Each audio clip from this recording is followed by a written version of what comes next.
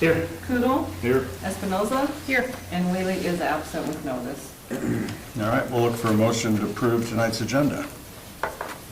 I'll make a motion. In a second. A motion and a second to approve tonight's agenda. All in favor? Aye. Aye. Opposed? Look for a motion to approve the minutes of the April 14th, 2026 meeting. I would make a motion to approve the minutes from I'll second. A motion and a second to approve the minutes for the April 14th, 2026 meeting. All in favor? Aye. Aye. Opposed? All right, public comments. Do we have anyone here from the public wanting to address anything that's not on the agenda? All right. Mr. Clarke, you have 4 minutes. We haven't seen Mr. Clarke in a long time. Welcome And we haven't home. been here, so use your 4 minutes, please. Okay, so residential, 7 open single-family house permits. Twin homes, we have 2. The commercial, 1205 North Oaks Avenue, Conrad closed that one out up here in the industrial park. And then the city of Hartford's got 2 jobs, one at the bathroom, that closed out. And then the reselling of some of the shelters, and Craig has not said that they haven't finished that yet. Quick Trip, we're down there, did the footings for the building. I called it the gas canopies today, and I'm gonna do the freestanding sign tomorrow for the footings, so. That's moving along quite quickly. It'll go quite quickly, so. And then that, code enforcement, project we're working on with the owner, Brian Sunderman. So Teresa's talked to him, I've talked to him several times. Basically, he, at this point, has made a decision, he does not want to throw his money into a rabbit hole. Which So, property is this? It'll take quite a bit of money. Which property is this? South of the Catholic, Yeah, old Catholic yeah, okay. church there. 100 South Month Avenue. Yep. So he's indicated that he does want to try to get it rezoned to RHD. If they're approved, then he'll hire a contractor and try to build a single-family house or a twin home. But there is some concern with the lot size and what can be done. So and he's also working with a mortgage company on financing. So it's not an easy proposition. It's going to take a little bit of time, but he knows we're on him, and we're going to stay on him until we get a resolution. So Say there's a concern on lot size. potentially what he wants to put on there, you know. So I mean, I haven't seen a set plan. I don't think we've seen a set plan yet. Oh, So yeah. Because, well, a single family wouldn't have any problem. Right. If he wants to do a twin home, I guess I could see possibly there's What not he enough lot there. indicated previously, when we talked to him about it, is he would kind of like to do a twin home. Obviously, you can get 2 rental incomes, out of it. So I think he's, trying to find a plan that would fit on the lot and meet the setbacks, whatnot. Is there any height restriction there in that neighborhood? No. No. And if I told him, we've adopted the high density, the residential high density, so if he rezones it to that, he will be able to have, smaller setbacks for it. So it is very close to the same size, just a little bit smaller than maybe all you don't know, Vance Peterson has some on Oaks and 3rd or 4th Street. He has a twin home that he did there a few years ago. The lot size is very similar to that, just a little bit smaller, so I That think he lot- could find some. That lot would fit everything as far as I was gonna say, I think he could. size, because it comes out at .24 acres. Yeah, So just short of a quarter acre, so it's between 10 and 11,000 square yeah, feet. like I said, we have similar ones, so I think you could build something on it.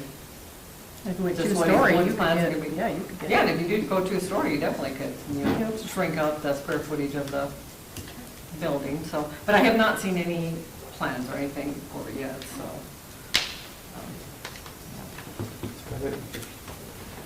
In a quick measure, it's between 145 and 150 feet deep, Yeah.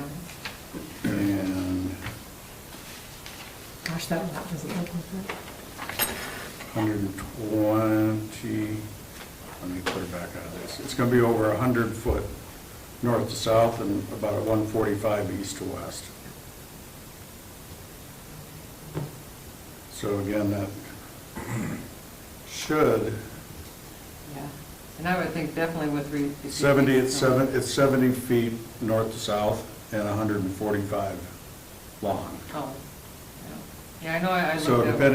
depending on how it went in there, that's gonna be the problem, because 70 feet with a 25-foot front and back, if you wanted to face it onto First Street, Mhm. that wouldn't work, because you only cross with 20 feet wide. Right, right. So that's the problem, is it's long and too narrow. Yeah. We have Okay. done, yeah, we can talk about it later, but we have done some where we addressed it off the small side, Right. and then the doors face different ways, and it's just like unit 1 and unit 2 and whatnot. So I mean, there are things we could do. Yeah. Well, whatever we can do to work with him to Yes, and figure out how to remove the blight and get something new that we I can totally trust. agree. Anything new would be an improvement. Yep. Cool. Anything else, Mr. Clarke? No, sir. Anything that anyone else has for Mr. Clarke? You did very well, sir. You got us to our 7:05 hearing and petition applications. First, we'll look at zoning variance hearing for Lot 20, Block 4, Turtle Creek Drive, exemption request for driveway width. Teresa, we'll start with you with staff report. Yes, so this is a variance request that we received from Corey Leesinger. He would like to have a wider driveway in the boulevard area than what the city currently allows. He just recently purchased a lot, one of the newer lots in Turtle Creek Highlands development. It is a double lot, so it's not a single, it's 2 lots basically put into one. So he has quite a bit of area there to work with on that lot. He is requesting a 50-foot driveway. Current city regulations are 36 feet in the boulevard area. So obviously then he would need a variance if we would deviate from that. As I put in my report, you know, we, as a city, and I talked this over with the Public Works Department, obviously we have restrictions on driveway widths because, for a few reasons. We want to have that green area there for, you know, surface where water can drain to and to cut down on runoff. It also acts on that boulevard area, that green space, to store snow when plowing in the wintertime. We get snow once in a while here in South Dakota. And also, if you would expand driveway width, it does cut down on the on-street parking because you have more driveway cutoffs, you know, that are wider. So, I mean, as a city, that's why we put in an ordinance to basically limit the driveway width. You have the variance request that was filled out and submitted by Mr. Leesinger, and stating his reasons for it, and I can let him speak to that. He does cite that he is going to put a large garage on that would have 4 bays.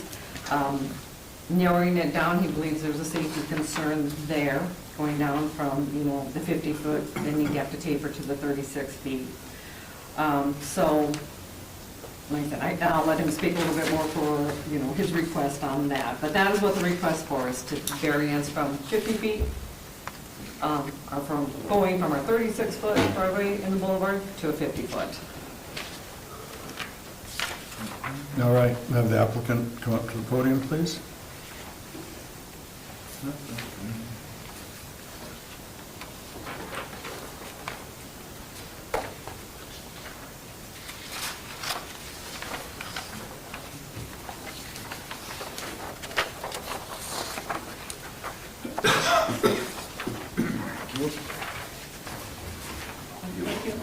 Yep. Care, but. I'll get them for record.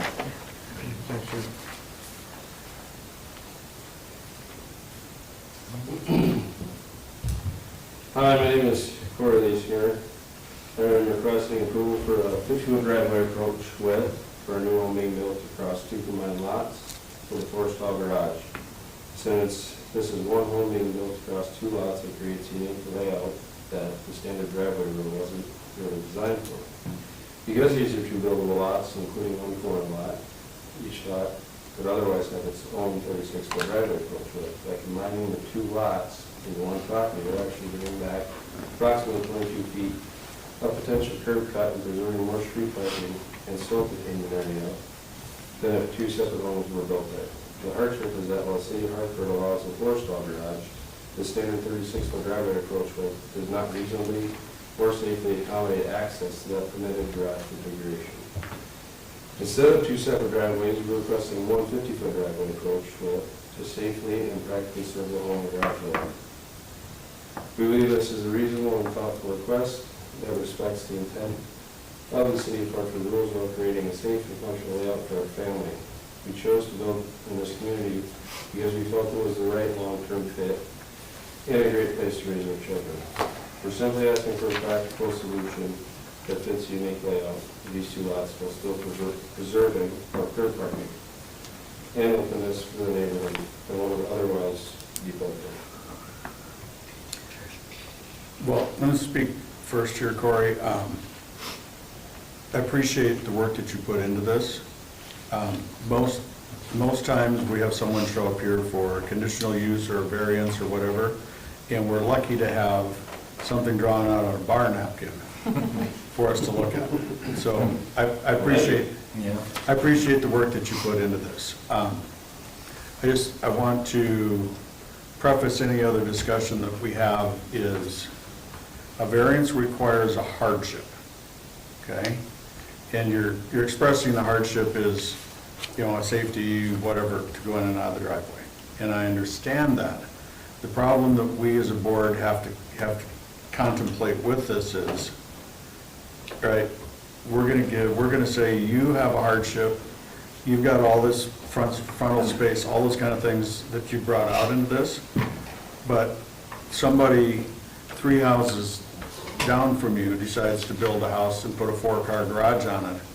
They don't have all of this frontage and everything, but they come in and say, well, you gave him a hardship variance to do it. Now you have to give us you have to give us the variance, and it puts us in a tough spot then, because how do we tell that person their hardship isn't the same as your hardship? So I just want to preface that as we start the discussion on this, that sometimes we as a board have to talk about not just the situation, but what could the situation be in the future, right, to avoid that problem. Yep. So, and I understand that to the point of it's a situational thing. Like, how many linear feet of actual lot are you Right. facing to the actual street? And that's sort of like where I'm coming from, where But- I have more than your typical one lot configuration. right, and I understand what you're saying there. The situation that we have to consider on it is not what room you have there and all this lot that you have, but how do we handle the next person Yep. that comes in and claims that this is a hardship? Because the definition of the hardship basically is you're not allowed to use your property in the same manner as others in the same area. So, we just have that, and I can't tell you how many times in my time sitting on this board, we'd have someone come in and points the finger and says, well, you gave it to them, so you have to give it to me. And it made absolute perfect sense that we gave it to that person. But then the next person walks in and, well, you gave it to him, you have to give it to me. And in their situation, there's no way that we should ever consider doing it. Whether it's a conditional use permit, a variance, whatever it is. Wouldn't that be So, what amendments are for, though? You make an amendment that says if you have 2 lots, you allow it, but if you have 1, so that's your trade-off? We would- But this driveway's not, the driveway's on one lot. It's not split between the 2 lots, it's not on the well, same street. you just have one lot. He's getting back a whole pile of parking, what he's doing. But not to Turtle Creek No. Drive. He's only No, we're got saying- one driveway on Turtle Creek Drive. He took the driveway from those are some weird names. I know. Those Turtle And Creek. That's why we faced it. all the way up. You don't want your house name. The depth Yeah, wouldn't fit Yeah. facing Nordoka, and I don't know about you, but I don't want that as my address. 'Cause trying to explain that to some foreigner on the phone would be a little difficult. So I was like, Turtle Creek, everyone knows that is Oh, called that's Turtle. funny. They might get it. But to answer your question on that about the lots, I realize that it was 2 lots, but it's no longer a double, it's no longer two lots, it's one lot. So for us to try to amend an ordinance, it's hard to say, well, if you put the two lots together, then you can. Do it by feet. Now, if you just split the garage, put a two-car on one side of your house, two-car on the other side of your house. You'll be fine. Two driveways, you're good. Okay, then that goes back to the, is that a reasonable use of the property? No?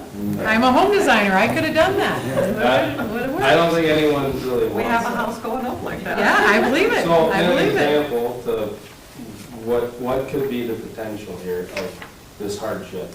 I have now 50-foot driveway coming to a sidewalk, and I have a 36-foot approach width, right? Now, you just gave a car the ability to park in that 14-foot of that driveway. It's a north-facing driveway. You have ice in the wintertime, it's a north-facing driveway, the house shades the driveway. It's gonna be a little icy. Now, that car just has the ability to park there. You park your car up here, and, you know, human nature is, oh, I'm parked in front of this garage stall, chuck this thing in reverse and let her have it. Oh, and there's a car behind me because the driveway, I can't see where it is. It goes down into this little, you know, bottleneck configuration. And then you're essentially hopping the curb, damaging the vehicle or the vehicle that was parked there.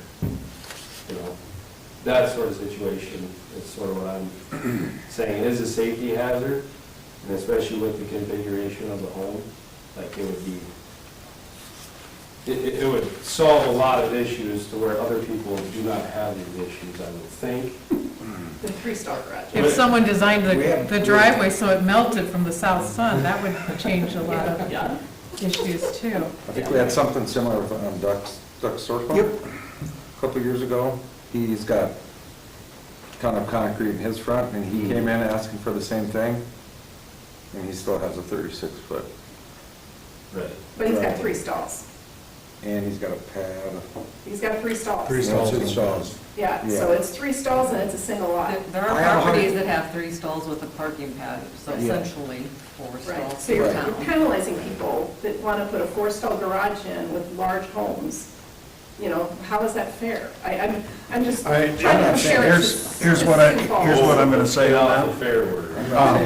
Sioux Falls only Nothing's allows fair in 32 this world. foot driveway though. Yeah. So we're bad. When it comes to zoning and when it comes to ordinances and when it comes to those kind of things, fair is fair for everybody.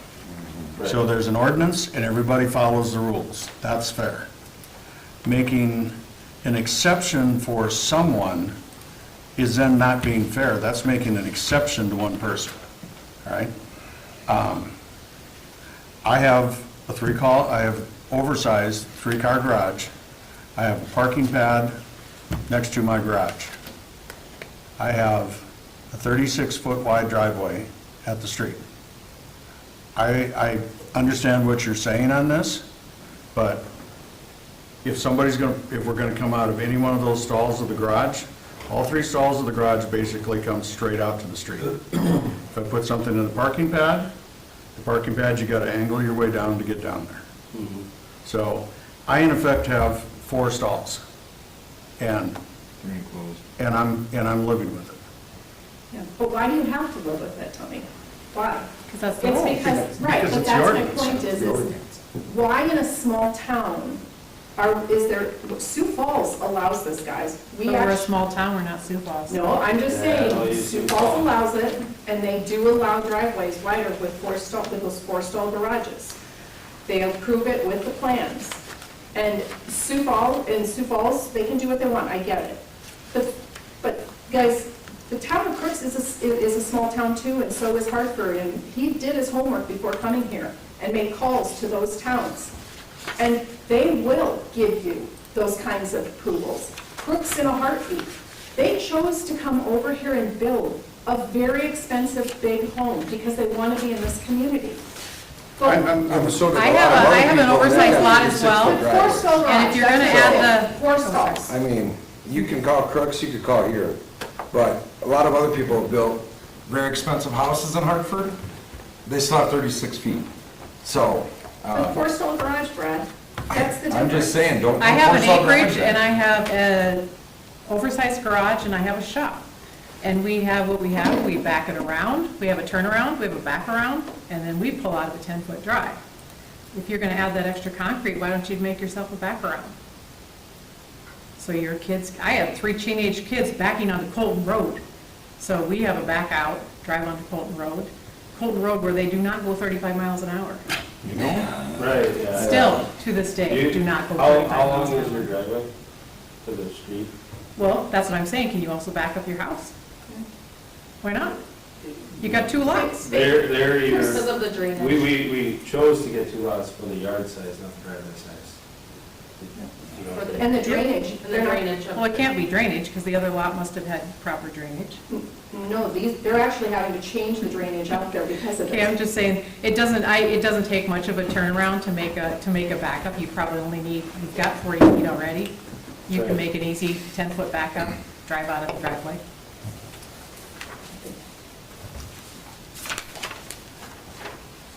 I design them all the time, so. So my point is, car parked in front of, essentially, it's not that shallow a driveway, but So you guys have never, like, approved the variance for a driveway size ever? Nobody in Hartford ever has gotten approval? Nope. Okay. There's a gentleman sitting behind you in the back there who tried to get a variance for his driveway and didn't get it. 3 years ago?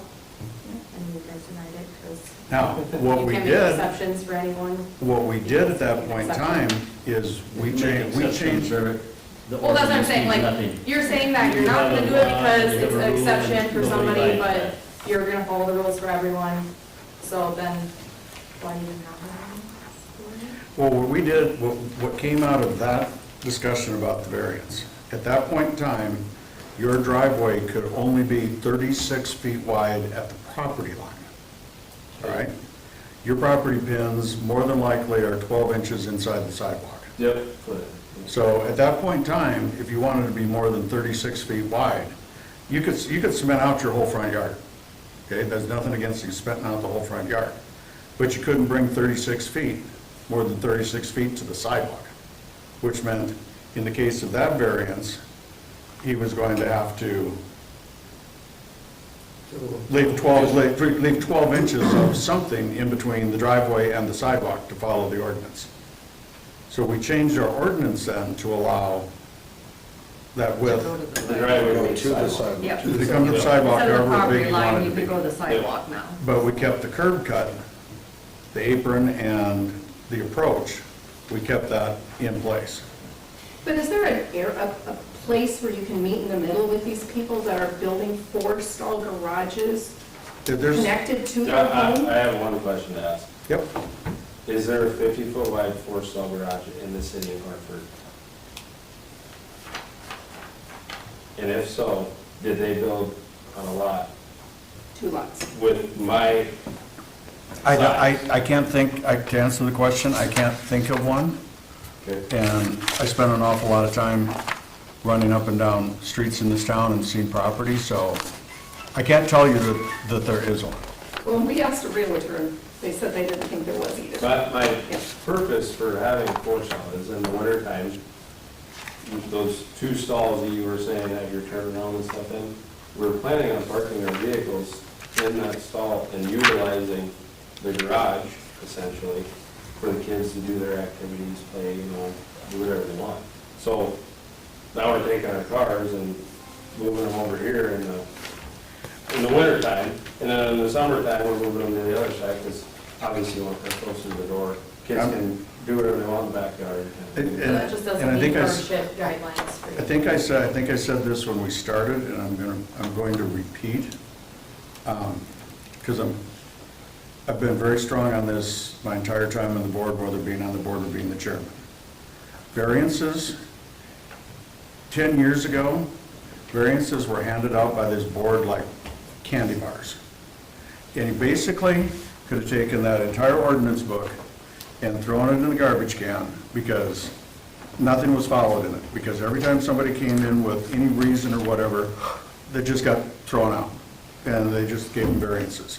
Sure. And just before I joined the board 8 years ago, there was a decision made that we need to tighten things up. Yep. And so we tightened variances up. Variances require a hardship. The hardship denies the owner the same right to use his property as someone else, and it cannot be self-inflicted. That's all written in the variance and the hardship variance.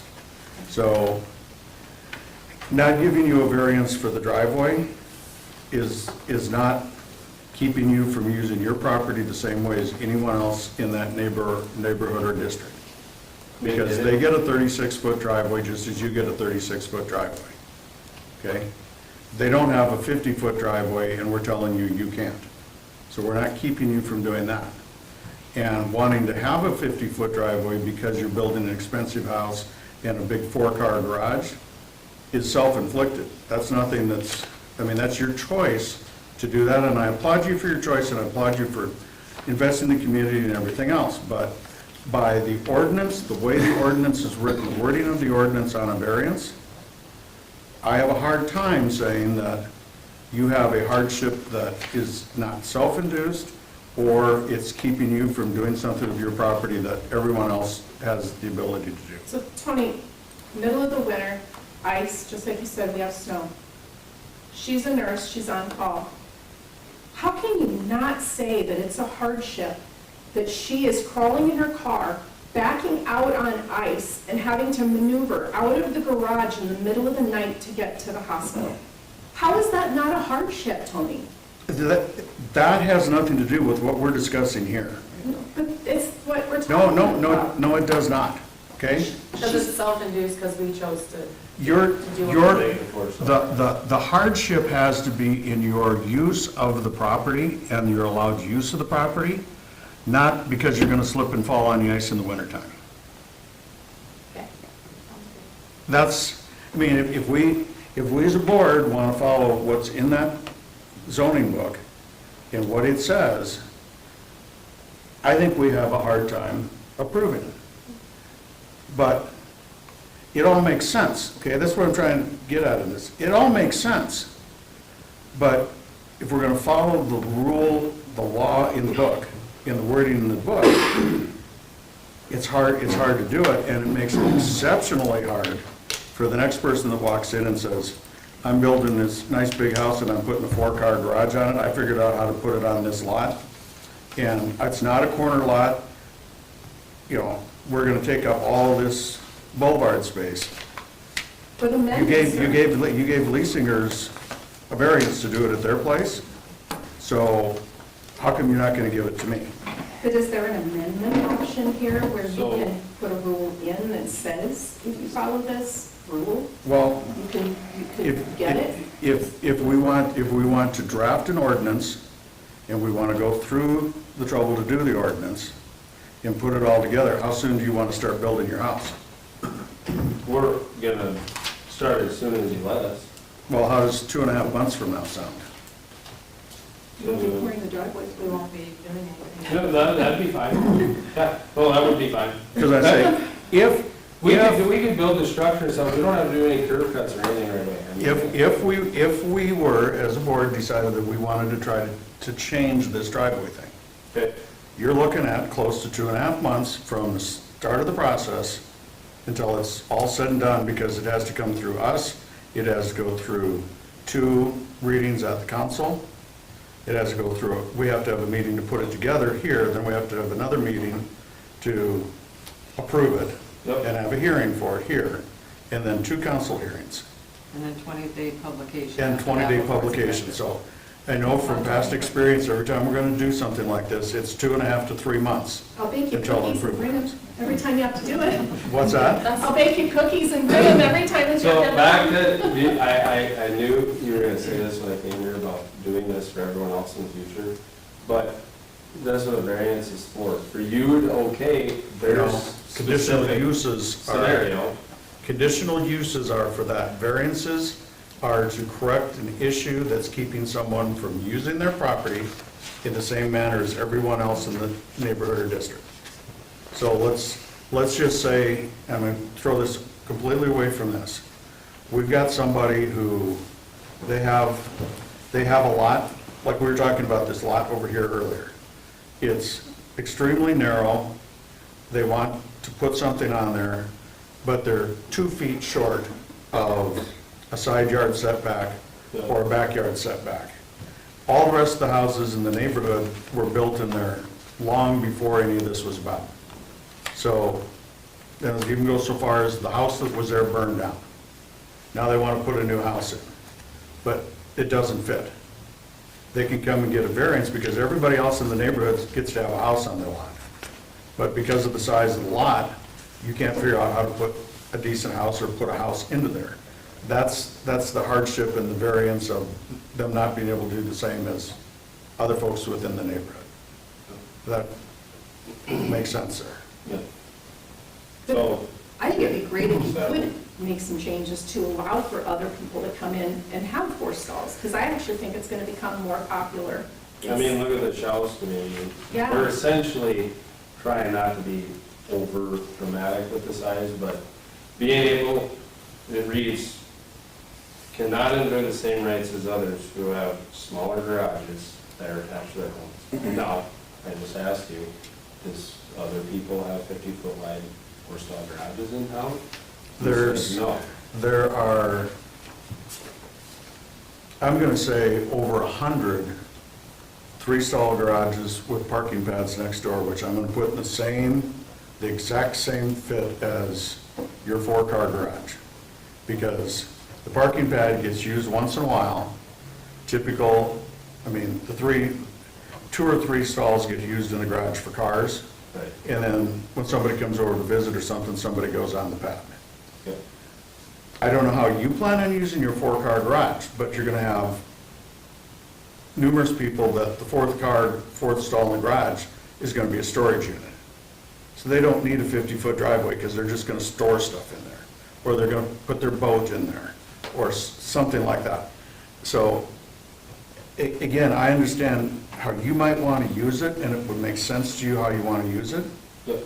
but everybody else doesn't use it the same way. And if we give you that 50-foot driveway, I guarantee we are gonna have, if we give you a variance, I guarantee we are gonna have a whole bunch of people standing in trees at the counter up here, filling out variances that they wanna widen out their driveway because they wanna be a straight shot from their parking pad, getting out because they have a pain in the butt getting their camper backed into the parking pad, or their boat backed in because they gotta back around the corner. So, I'll be here. Just right here, driveway. Oh, yeah. I gotta narrow down on Back to mine. the Emperor's Room, the. Oh, yeah. I mean, you have 40 feet to move in 7 feet. You can't back up better than that? did you guys? I know you can back up Hold better on, than did you that. guys file for variances and have the Or same deny it. setup? I know you can angle 7 feet on a 40-foot length. But why should you have to when you're building your home? I'm not That's my utilizing question. Why should you have to? the full, okay, but Because you're not, in Hartford, it's the rule. you're not utilizing the 4 stalls like you could be if you had a wider approach.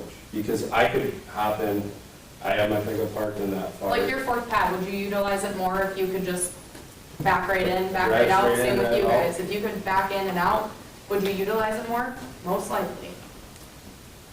If it was easier to back something up, I mean, I've watched his dad, they have a little pad thing to the side of their house too, and I've watched him back up. But would it be easier to just be able to turn around the street and whip it in without having to? I'm not saying it wouldn't be easier, it'd probably definitely be easier, but like I said, that's not Would the it world be- I live in. You know, It's easy. when Would it be, our shop, when we pull in, one of the reasons I picked out the shop is because I've got 2 driveways, and I've got, in front of 2 of our 3 stalls goes straight out the driveway. Right. So when I have my inexperienced backers who have trouble going straight, much less going around a corner, I don't have to worry about bashing in the side of the shop when they're trying to back into the shop. right, But- So I understand every piece of, No, I know, they're I'm not just gonna backing up, reiterate all this that one kind more of time, because stuff. you said in the variance thing, it says something about same use as a 3-stall garage. No, it does or not say, 4-pack. our variance ordinance does not say anything about You said the 3-stall hardship, garages. and it said something about having the same use as any I other. cannot enjoy the Correct. same rights as others who have smaller garages. because Does no not- one else has a floor stall. It does not say Usable anything about garage. garages in our hardship. Well, you're comparing parking pads, We have like- and you're comparing side Okay. concrete. Garage, you take that verbiage out because that's not what's in the book. The book says the same, Teresa, will you read exactly what it says? I thought it was in our packet and I didn't have it. I think it is in your packet, yeah. An unnecessary hardship must be established by the applicant who applies for a variance. For purposes of this chapter, an unnecessary hardship is a situation where, in the absence of a variance, an owner can make no feasible or reasonable use of the property. Convenience, loss of profit, financial limitations, or self-imposed hardship shall not be considered as grounds for approving a variance by the Board of Adjustments. I apologize, I think it was something that you said that stemmed the thought. Convenience shall not be. Read the couple lines. I was gonna say, there are other conditions too. So exceptional and extraordinary circumstances apply to the property that do not apply to other properties in the same zone or vicinity and that result from lot size or shape, topography, or other circumstances which are not of the applicant's making. And you're very, But the this very is all last, you're making. the very last line goes, okay, you have a nice big lot because you bought 2 lots, so that's of your making. But what about the line that, here, do I have that some, So, where it says, I'm just thinking what else did we refer to? Yeah, that's, you take that. literal interpretation of the provisions of this ordinance would deprive the applicant of the rights commonly enjoyed by other properties in the same district under terms of this ordinance. Right. Nobody else has a four-stall It doesn't matter, it doesn't matter if they have a 4-stall garage or a 1-stall garage. Everybody gets 36 feet. Everybody else in the neighborhood's got 36 feet. Yeah, you're not denying Okay? that. You're asking for more than them. If because for some reason you couldn't get 36 feet, then you'd have, that part of that comes in, that comes into place then, if we were not allowing you to have as much as anyone else in the neighborhood. Given that Hartford is a growing community, and you've got monster developments coming. They don't care about that. You've got big developments coming, and you're gonna have homes going up that have 4-stall garages. Big shops. and Yeah, 38 wouldn't north. it make more sense to start thinking about maybe revising this to allow it for Oh, I'm the not- people that have it? I'm going to tell you, I spend way too much time in T, in Harrisburg, and in Sioux Falls, where they have basically let people put driveways everywhere, and they got 10 feet in between the driveways, and I'm trying to do my job, and I'm getting hollered at all the time because I'm blocking somebody's driveway. Because as soon as you start giving everybody all these big driveways and putting the houses, all of a sudden, there's no green space, and there's no boulevard, and there's nowhere to park. And I agree with you 100%, because I deal with that too, and I go into town to friends, I won't disagree with you a bit on that one. I mean- But when you have somebody that has 2 lots, and you literally have 150 feet of parking on the side of that entire 2 lots, Yes, but if we give So- them the 50 feet, then But we- the next person that wants That's- I 50 think what feet she's may not asking have is, 2 like, lots. If we meet the requirements for the approved parking, say those 2 lots weren't there, we put there's 2 houses there with 2 separate driveways. Take that, what's the parking that they're gonna have on those lots at that point, okay? And then, 72. and then, If you want, I'm following where you're going with do you know what I'm this. saying? So, I don't really wanna argue with you what, no, anymore, I'm but not, I'm not, just no, like, I'm not arguing, where I'm gonna come back and say is, where, in your mind, how do we change this ordinance that could allow this, but it still fits and works elsewhere down the road? well, my thought Linear, is, no, linear feet of curb. If it has this many linear feet of frontage to the street, the And variance what's- should apply to have the width of the approach, the size of the width of the driveway. And what's that number? Well, it would be whatever the standard width is with a 36-foot standard width approach on a single lot. There you go. A commonly housed lot where you put a house, where does that linear feet add 20 feet to it? And But say, if you have this minimum, you cannot go over the width of your garage, but you can go the width of your garage to accommodate and not make it look like a chop job, essentially. and bottleneck yourself into, But that's what- 14 again- feet. Again, That's what's two that, car widths. what's that number? What's the number of curb, linear feet of curb that has to be left after you put in the driveway? Saying how wide are the lots you can? Not on, Like any- 120? I don't, this isn't even a, this is all the way across town, because I can have a 75-foot frontage lot, I can have 75 by 100 deep, 7,500 square feet's minimum for single-family home. Okay. So I can be 75 wide and 100 deep. Now, Miss House Designer over here just designed me a house that put all the garages in the front. So I've got a 4-stall garage across the front of the house. So the front of my house is garage. Yep. And now I want to have a 50-foot driveway, Looks like you need this variance. but I've only got 25 I feet. would never design you a house like that. I've only got 25 linear feet left to curb in front. Right. You can't, I mean. I'd say to try to put, that's why I wanted to put the question out to you is, what is that number? Because I don't know what the right number would be, and I don't know how to write the ordinance to have the right number to fit. But I think if you actually looked at the lot sizes across, because you're gonna grandfather in the rest of those people, they're not gonna be able to, it's only gonna be going forward, because you're gonna be looking at the new lots and the lot sizes that are coming in your developments. That's what you're probably trying to care for here. So that, to me, would be something that the number can easily be gleaned from all 4 of the phases that you've got going on in Turtle Creek, the new one that's been approved out on up north on Highway 38, north of 38. That's not been approved, that's not through approval yet. Oh, it's not? 38 north is, By a quick start? 38 north, I don't think Jan's has a development plan approved yet, correct? No. That's still, that development plan is not approved yet, it's not been platted. So I'm gonna guess that there is a way, I bet you if I sat down and asked ChatGPT, it would tell me. Question, so you would go around to these places, the development in T, that's all houses, do they have a set? It's not houses, it's regular houses. And you don't know what I'm talking about? They're all houses. Those houses out in the country west of T. Yeah, that's what I'm asking.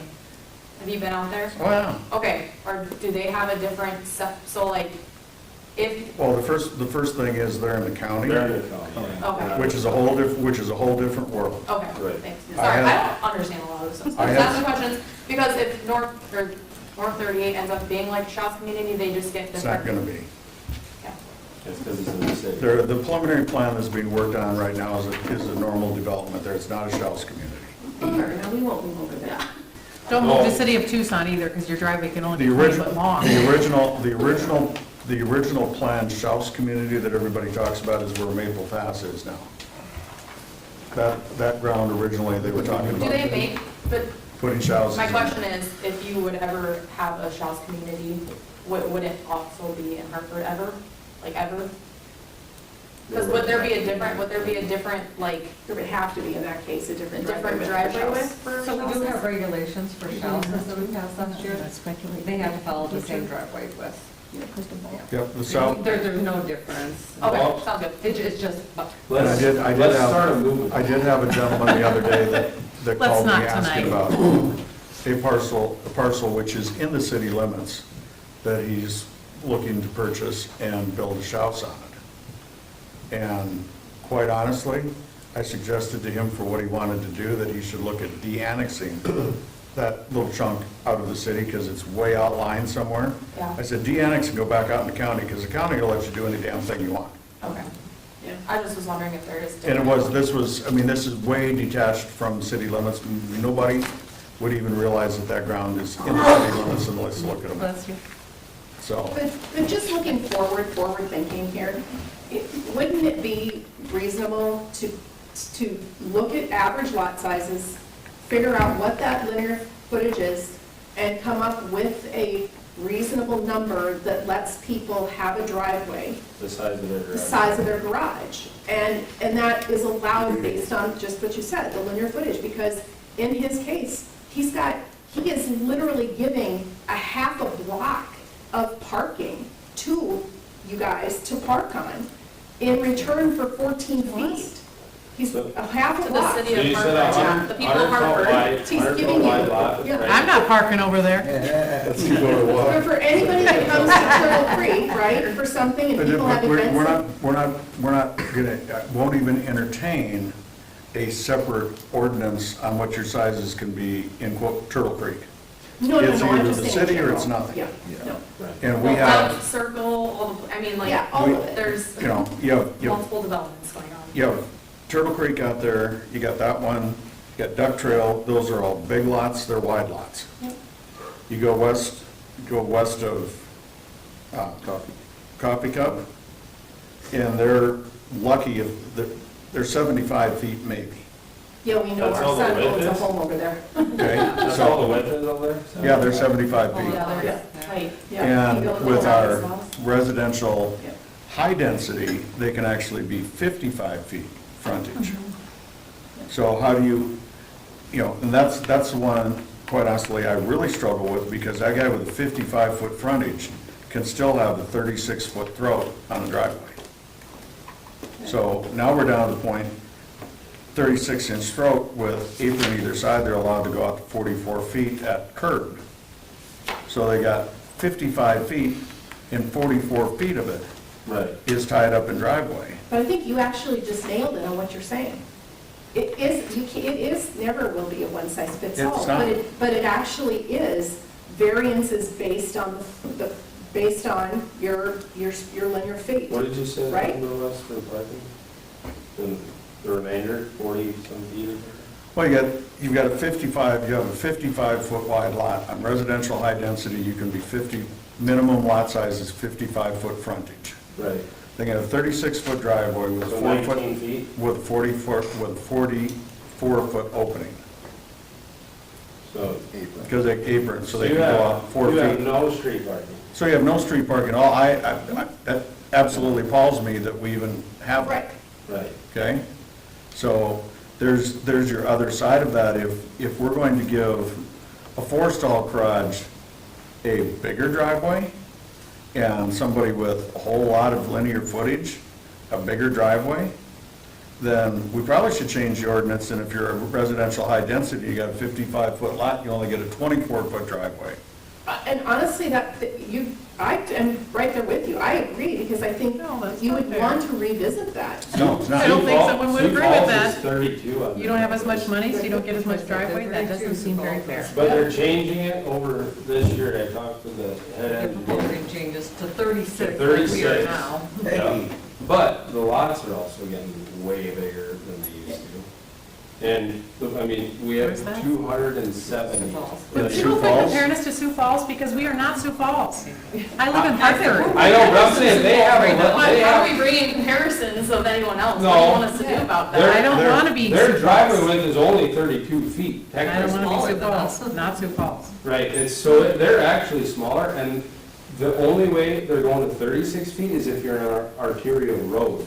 Then they'll let you do 36. They're still stuck to the 32, but the difference is their planning and zoning doesn't regulate their driveway widths. So the only one that can tag in here is the engineer of the city. They ain't going around checking all that tape. Neither do we. Right. So I'm gonna build it. But,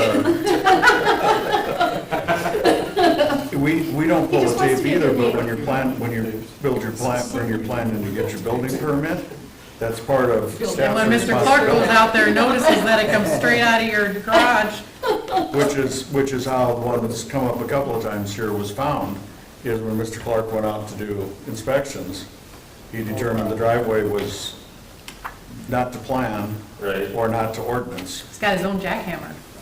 and that's what got that all started. Yeah. Which in Sioux Falls, the building inspector has no regulation over what the driveway width can be. They don't have, whatever, control over it more or less. The engineer of the city has it. So the building inspector, that's why people just run free and do whatever the hell they want in Sioux Falls, because they can. Whereas in here, we have rules. We do have rules. He's trying to be a good neighbor, and I just don't wanna, I mean, essentially, the whole thing is, it doesn't make any sense to do it that way, like, you do the 36 foot, it's just gonna I mean, look at Phil or whatever that just put up that big blue house. He bought, what has he got, 4 lots now? 3. He bought 3, and then, I don't know, somebody else bought another one because they just put a sidewalk in there. But, have you seen his approach? I mean, he's 45 foot, and he centered his approach on there. I mean, you're gonna be dragging mud out on the street because you back straight down the driveway, and, I mean, it doesn't make any sense to limit, especially a Split guy. your garage. One's Especially a a guy playroom, like put it him. on the other side of the house. Yeah, Split your come garage. on, Keely. I totally see it. Why would you put a big old garage and put it on the frontage of your Because house? that's what we want. Because that's Just because it's not your design, like, thing, it's what we want. It's our Well- design, it's our house. Well, the rule is you Right. can't have a 50-foot wide driveway. This driveway is not offensive to adjacent areas. In fact, it gives more people spaced apart because we do not have 2 36-foot with approaches going onto our property. Let's just put the driveway in the back of the house and just call it a day. So that's sort of our argument, and hoping you guys would sort of honor it or maybe give it some consideration. Or But it looks like you guys don't want to, so we're gonna go. We have children at home. I'm gonna go, because I got children at home. Okay.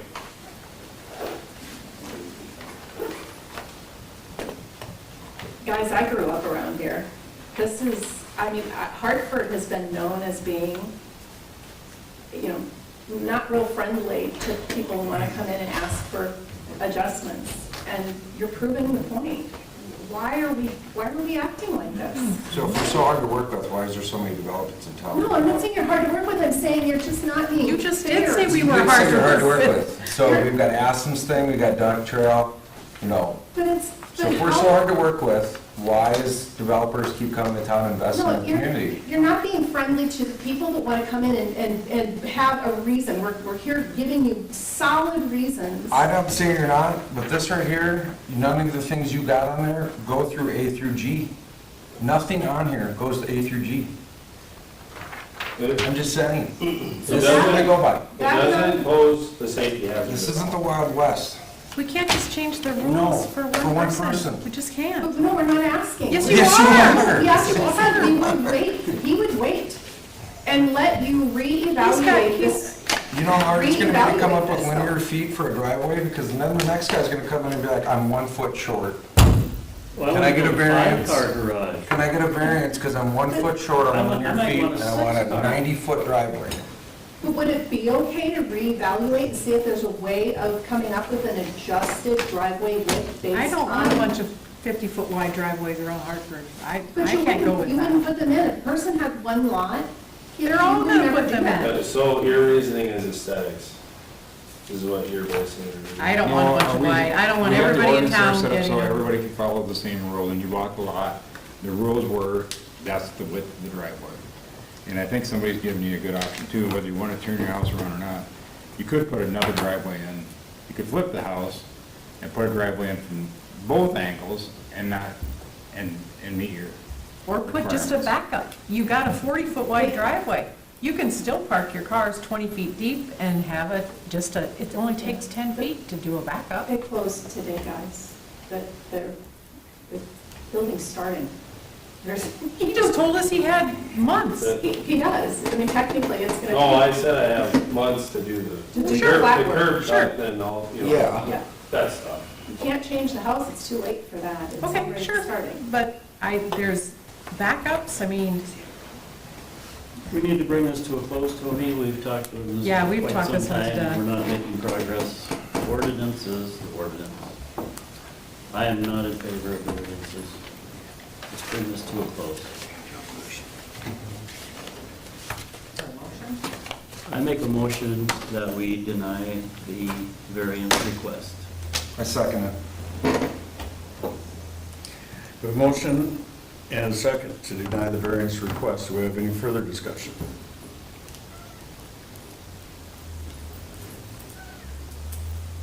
So the motion is to deny the variance request.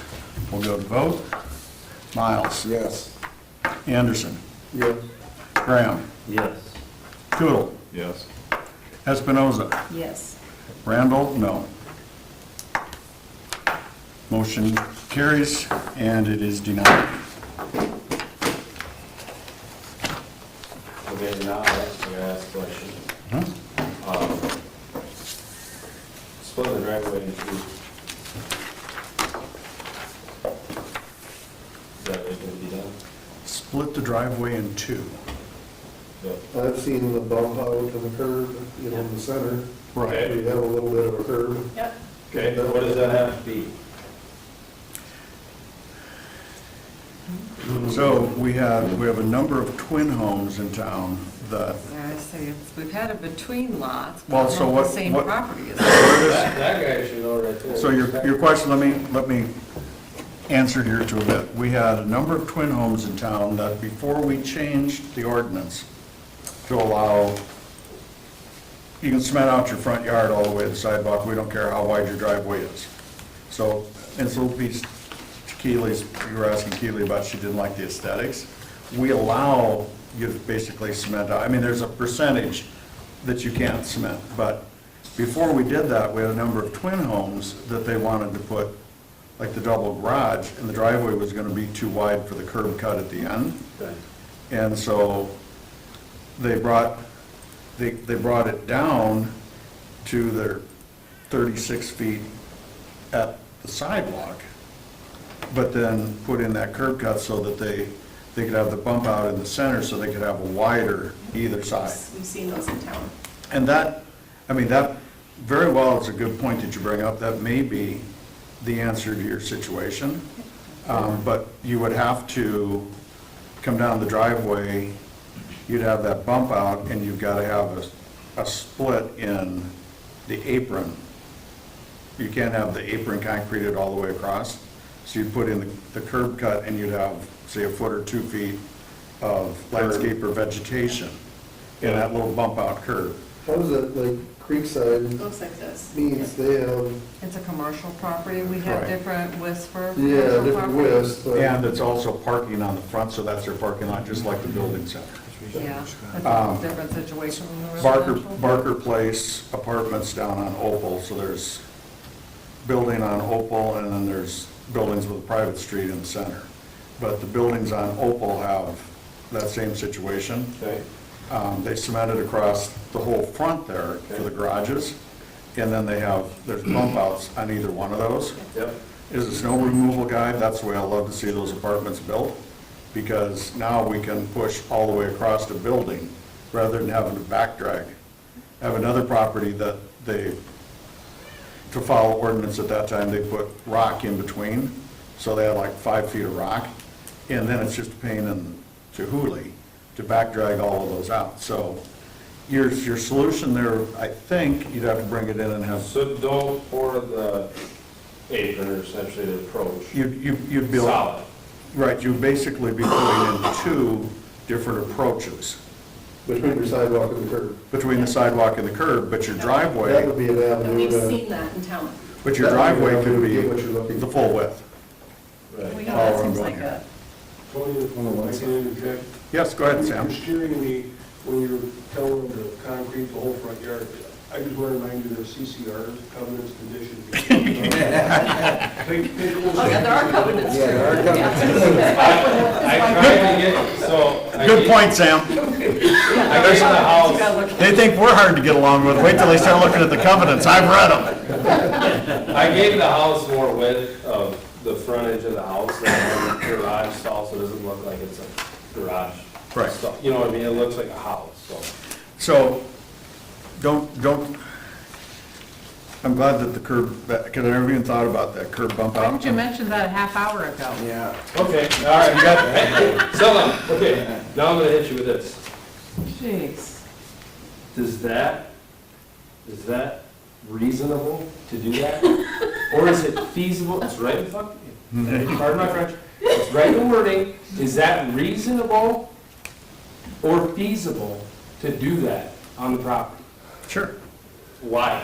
So the guy with the wing puts his wing down, thinking there's nothing there, and smack goes a frickin' weasel in the middle of the driveway? Well, you realize you're on a corner lot, so our public works guys are gonna be cutting the corner and up onto your grass all the time anyway, so don't worry. Right. I lived in Every Sioux Falls so for season. 7 years before where we got the country. Don't worry about it, they'll get your corner taken care of for you. But that, like, we're gonna obviously. There's your workaround, and I think you just need to get it down and drawing and bring it in, let Teresa send it to ISG, but I don't think there's any problem with that with the bump out, according to the way our ordinance is written. Can you draw that? Because you're basically coming down with two separate driveways. Right, bump out though, what are you talking about? Well, so. Talking about having like Talking about medians between them. You're gonna come down, you're gonna have your driveway coming down, Yeah. and then you're gonna be at your 50-foot width at the sidewalk. Mhm. Then from the sidewalk towards the street, you're gonna be 36 feet, so you're gonna have two 36-footers, No. and then an apron either side. It's not gonna be that, 236 footers? Oh, what? Don't Now, even start, okay. Tony. Okay, my number went goofy. That's a comment? 225s. 225s or 24s, because, Yeah. and then you've got your apron angles Still up. gonna be angling. Yeah, there must be a And there's- minimum. I think Gotta be there's, a minimum of is there a what the- minimum on our apron width? I don't think there Well, is. there's gotta be a No, certain it's slope they've optional, gotta but- be. There's a maximum, yeah, Is I it don't know if there's a minimum. Optional, the Right. 6-foot flare? There's Yeah, probably they're an flat. ADA slope on them. Probably. If you get that drawn together and bring it over, and I'll bet you problems. Sorry, that just Okay. flew out. Because the twin homes they only have like this small, as the pictures you're talking about, I've actually seen those. Inspector, what do you say? It literally does this. What do you? I'm not gonna make an off-the-cuff comment. Yeah. I think you bring them a drawing, let them look at the drawing, and see if it, and let them take the analysis and say, does this fit ordinance? Yes, it does, okay, then you're golden. And you're handled. Oh, can you draw it for me so I can? Huh? Can you draw it for me, so just. That way we can just get it solved tonight and we're done with it? Of course, he's not If you drawing couldn't it to tell, I put a scale. lot of time and effort into this. Again, there's just, I'm sure there's a specific scale or a slope on those flares, which is gonna determine what they need to be.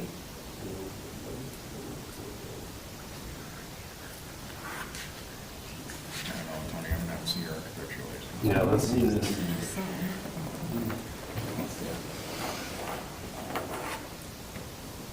No, it's the long Yeah, I'm just on that.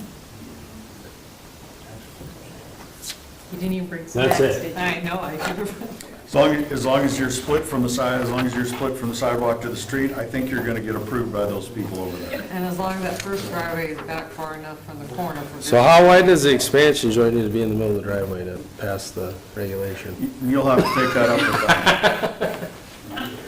All right, well, I appreciate that. That helps me a lot, actually, so. Thank you for your time. Get some drawings, bring them into them. If there's a problem, you'll come back to see We'll us. try to find a solution. Good solution. We'd appreciate it 45 minutes prior to this, but okay. Okay, Put up a good fight. now, I'm gonna get on board and we're gonna make an adjustment. We can draw up an ordinance and bring it in. We just need 200 linear feet to make your driveway match the width. There's gotta be a way. All right, well, Appreciate it. thank you. Yep. By the way, my cousin just they gave me the idea for this 50-foot garage. I walked in, I'm like, duh. And he's got a 50-foot wide driveway. You can't fit a car in between both sides of his driveway. Yeah, There you it's go. default. So. Thank you, sir. And ma'am, And ma'am, right, there's only one, there's two, and ma'am. ma'ams. All right, let's move on Do I to, have to say anything else? our next piece Nope, you're here. good. All right, Development thank you. variance request for Turtle Creek Highlands, variance for Municipal Ordinance 9.07 floodplain damage prevention, and variance from design standards to allow a temporary roadway.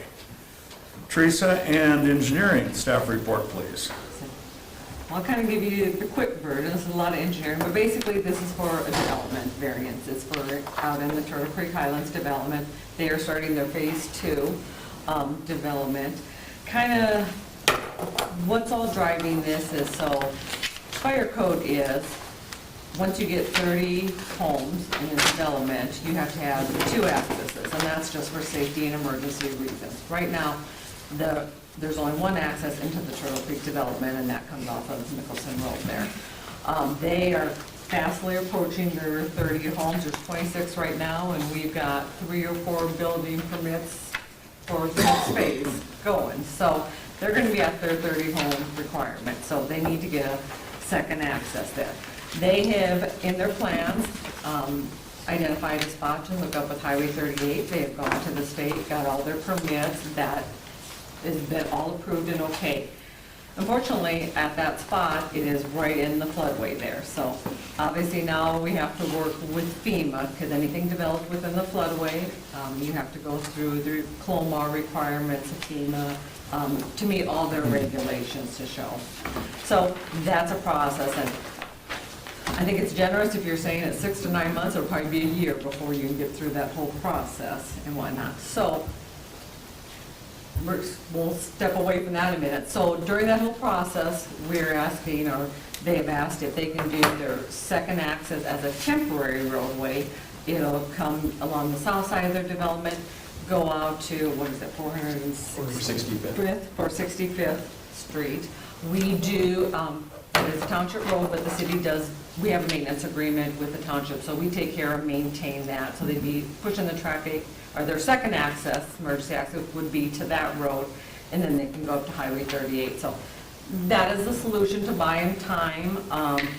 We would want to go into an agreement with them as far as we will allow this to, you don't have to, it could be a gravel road, it doesn't have to be to our design standards, but once the second access is put in, and we'll put a time frame on it, that needs to be eliminated, and it's just like a temporary access that is not going to be in there forever and have traffic on it. So then getting back to then the roadway and Highway 38, so what they're looking at, they would like the variance from our floodplain damage prevention municipal ordinance.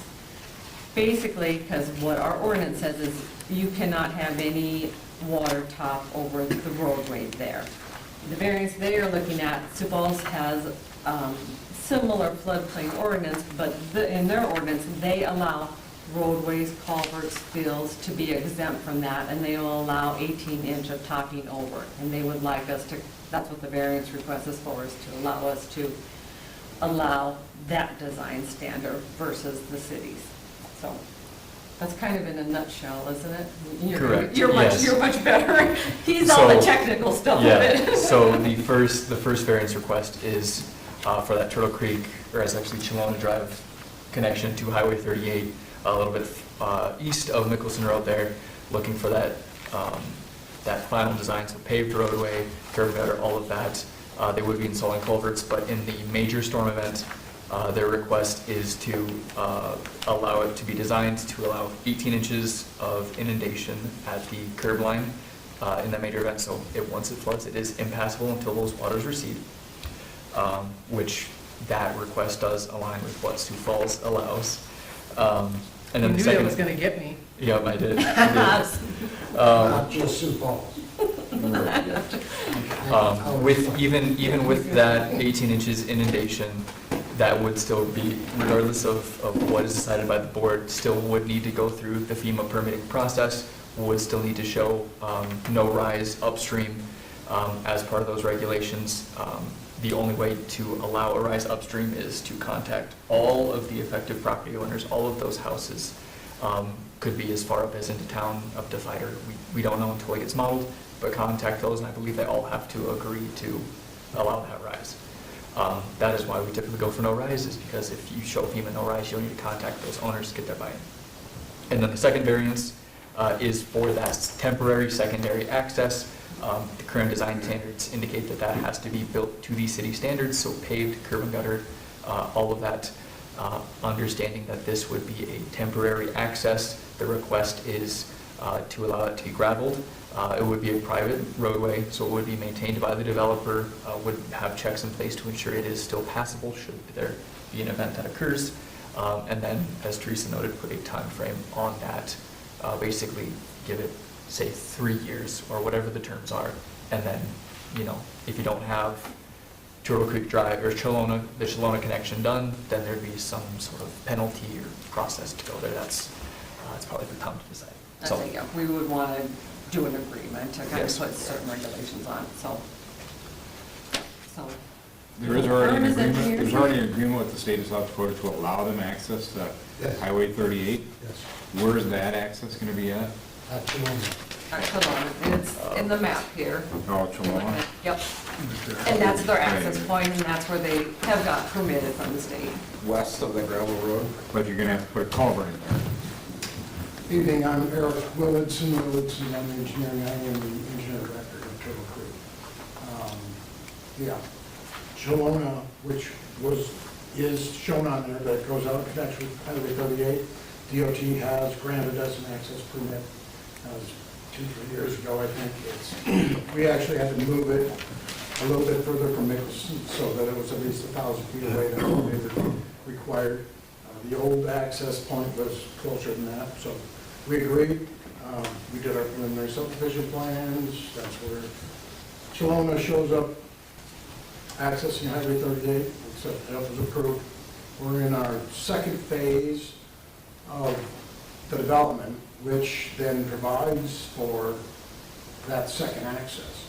Because we understand the third unit requirement, and that was going to be our second access. Well, back when this project started, FEMA wasn't part of the deal. The Corps of Engineers was, and we could cross Turtle Creek under with a nationwide permit.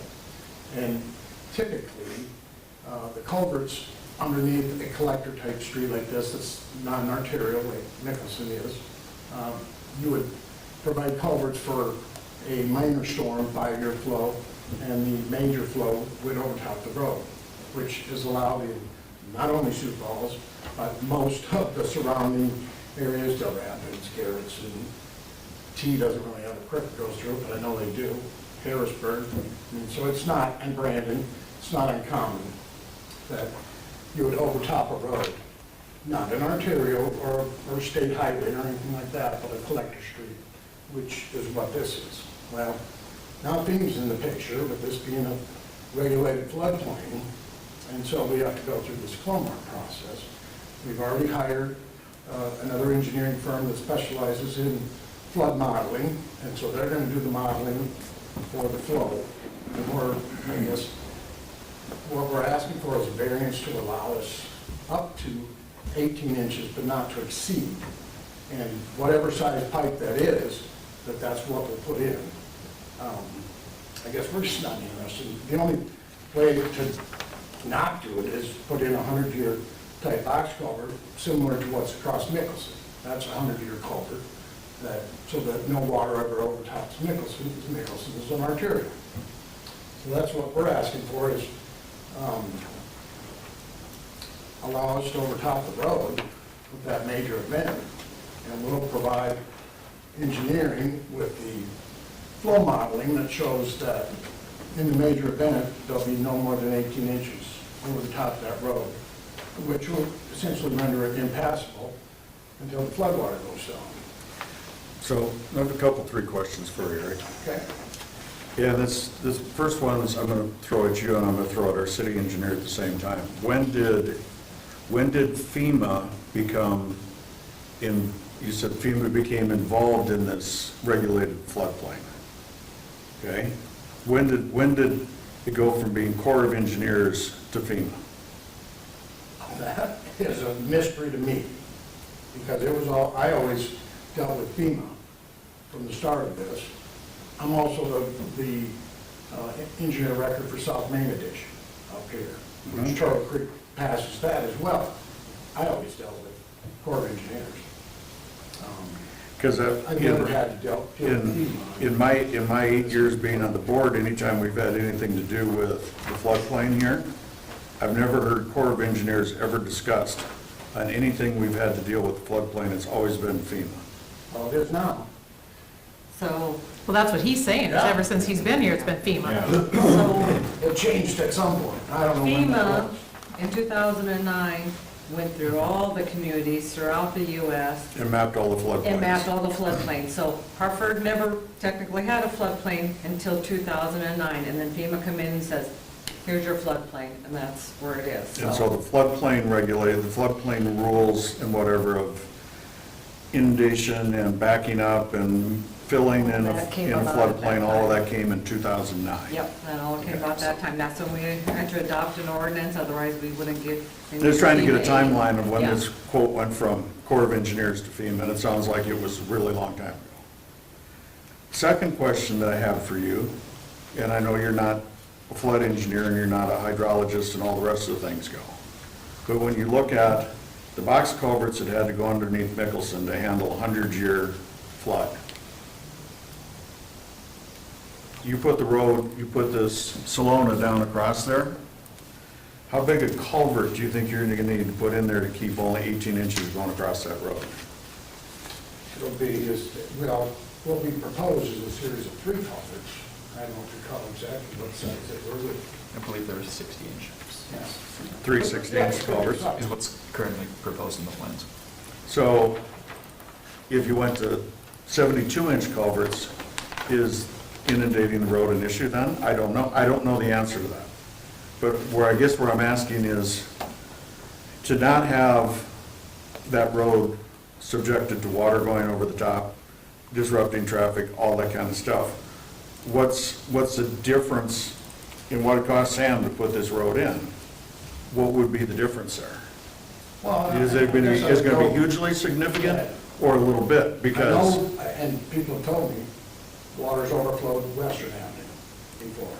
Water's overflowed Main Avenue before. Water's overflowed Federer. And any number of them down the line. Yeah, because- This is the first local street that's Because ever we didn't been held put- to this standard. because nobody put in the culverts, they were all put in long before FEMA even identified as a floodplain. So. Now we don't Well, want and houses that's- getting. That's Yeah. what it is, it's Yeah. now it's being held to a And different standard. I asked the question because Stockwell was our engineer of record for the city when Mickelson went in. And I looked things over and I'm like, $1 million for box culverts.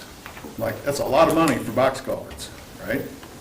And so I looked at Mitch, our engineer from Stockwell at the time, and I said, Mitch, I'm just an old country boy. I'm not an engineer, I don't know any of this kind of stuff. But if I look 200 feet upstream, the old railroad bed, has about a 5 or 6 foot round culvert. That's all that's coming underneath that railroad bed. So why in God's name do we have to spend $1 million to put these big box culverts in? Because the last time I checked, I only have to have a pipe downstream as big as a pipe upstream. It seems like total overkill when was then explained to me that because of FEMA and because of flood and It's all about FEMA. and water flows, that flood event overtops the railroad grade.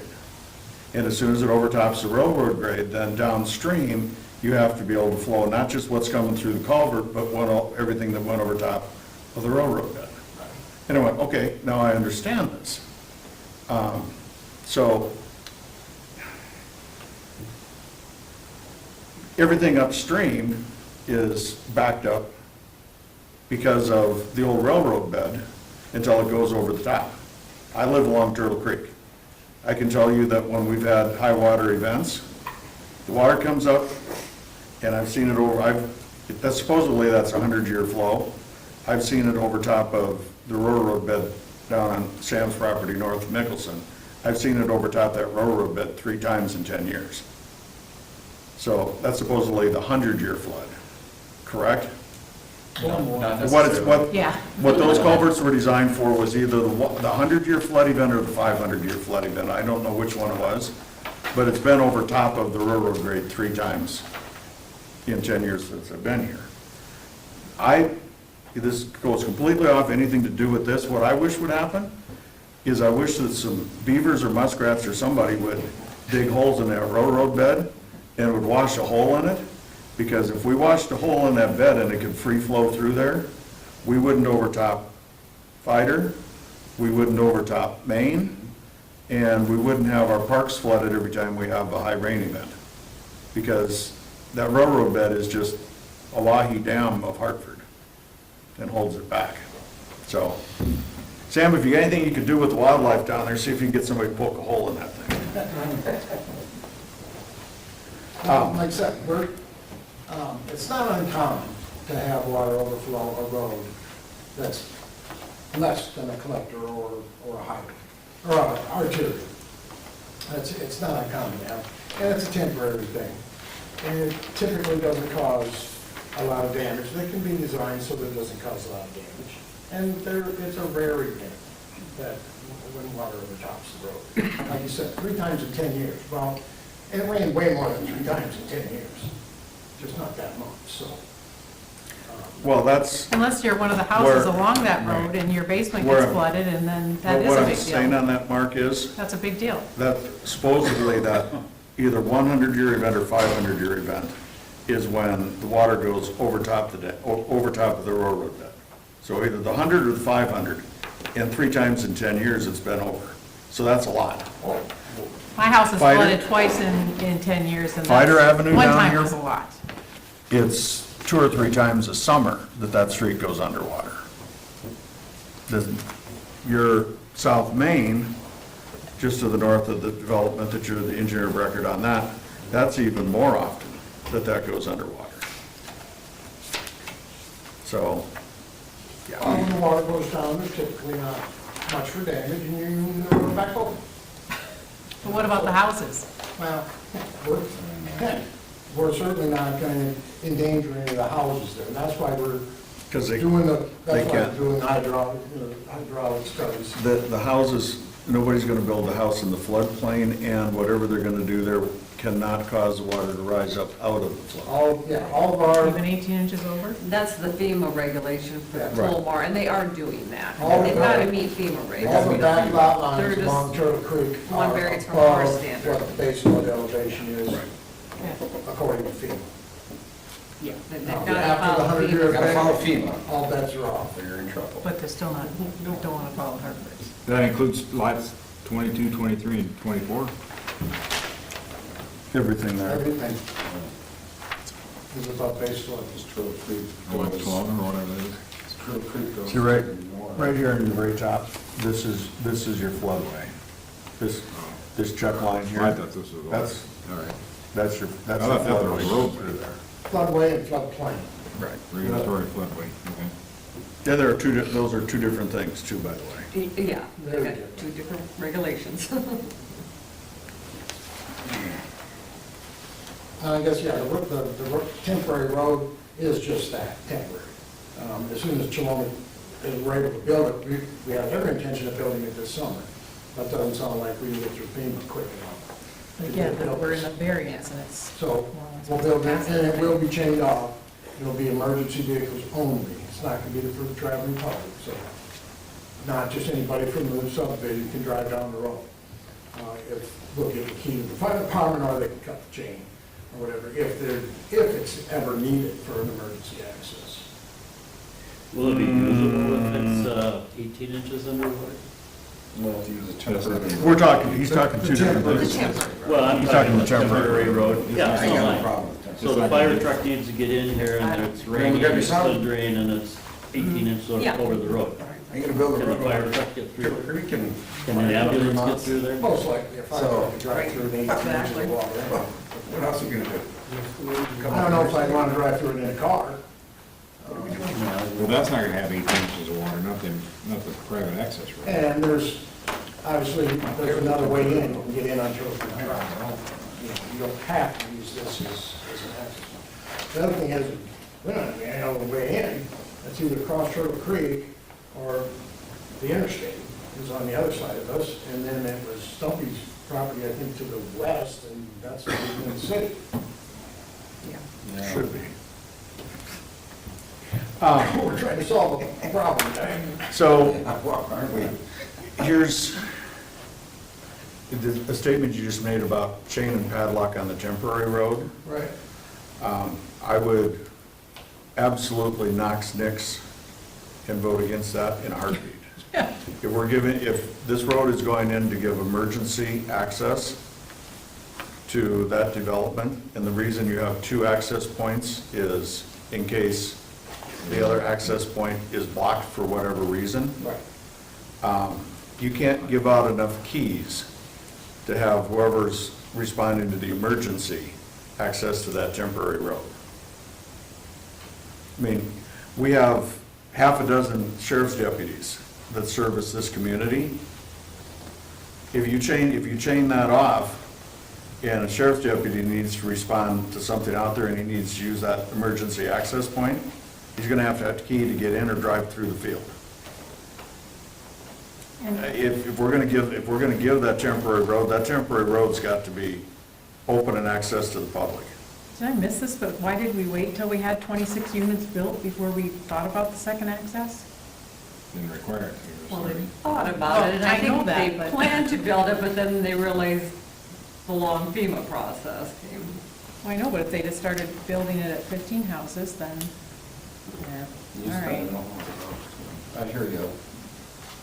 All Like right. I said, we had. Guess I'm a planner. I guess I'm a planner. My sister would be so proud. What's our engineer think about the number one on our variances? Is that the inundation? He says he So we're all on the denies same it. page? Our recommendation is to not allow the roadway to be inundated, as noted in there. If flooding were to occur, that roadway is going to have a decreased life. There's going to be, debris going up at the water in that subsoil. You run the risk of erosion, especially at 18 inches deep. That's, the deeper you go, the quicker the water starts to run, leading to some erosion there. It was mentioned of Western Avenue, Main and Fighter. We just, as you're all aware, just finished the first phase of Western Avenue. As we look towards the second one, I don't know how many years down the road, we would design that road to convey the 100-year event.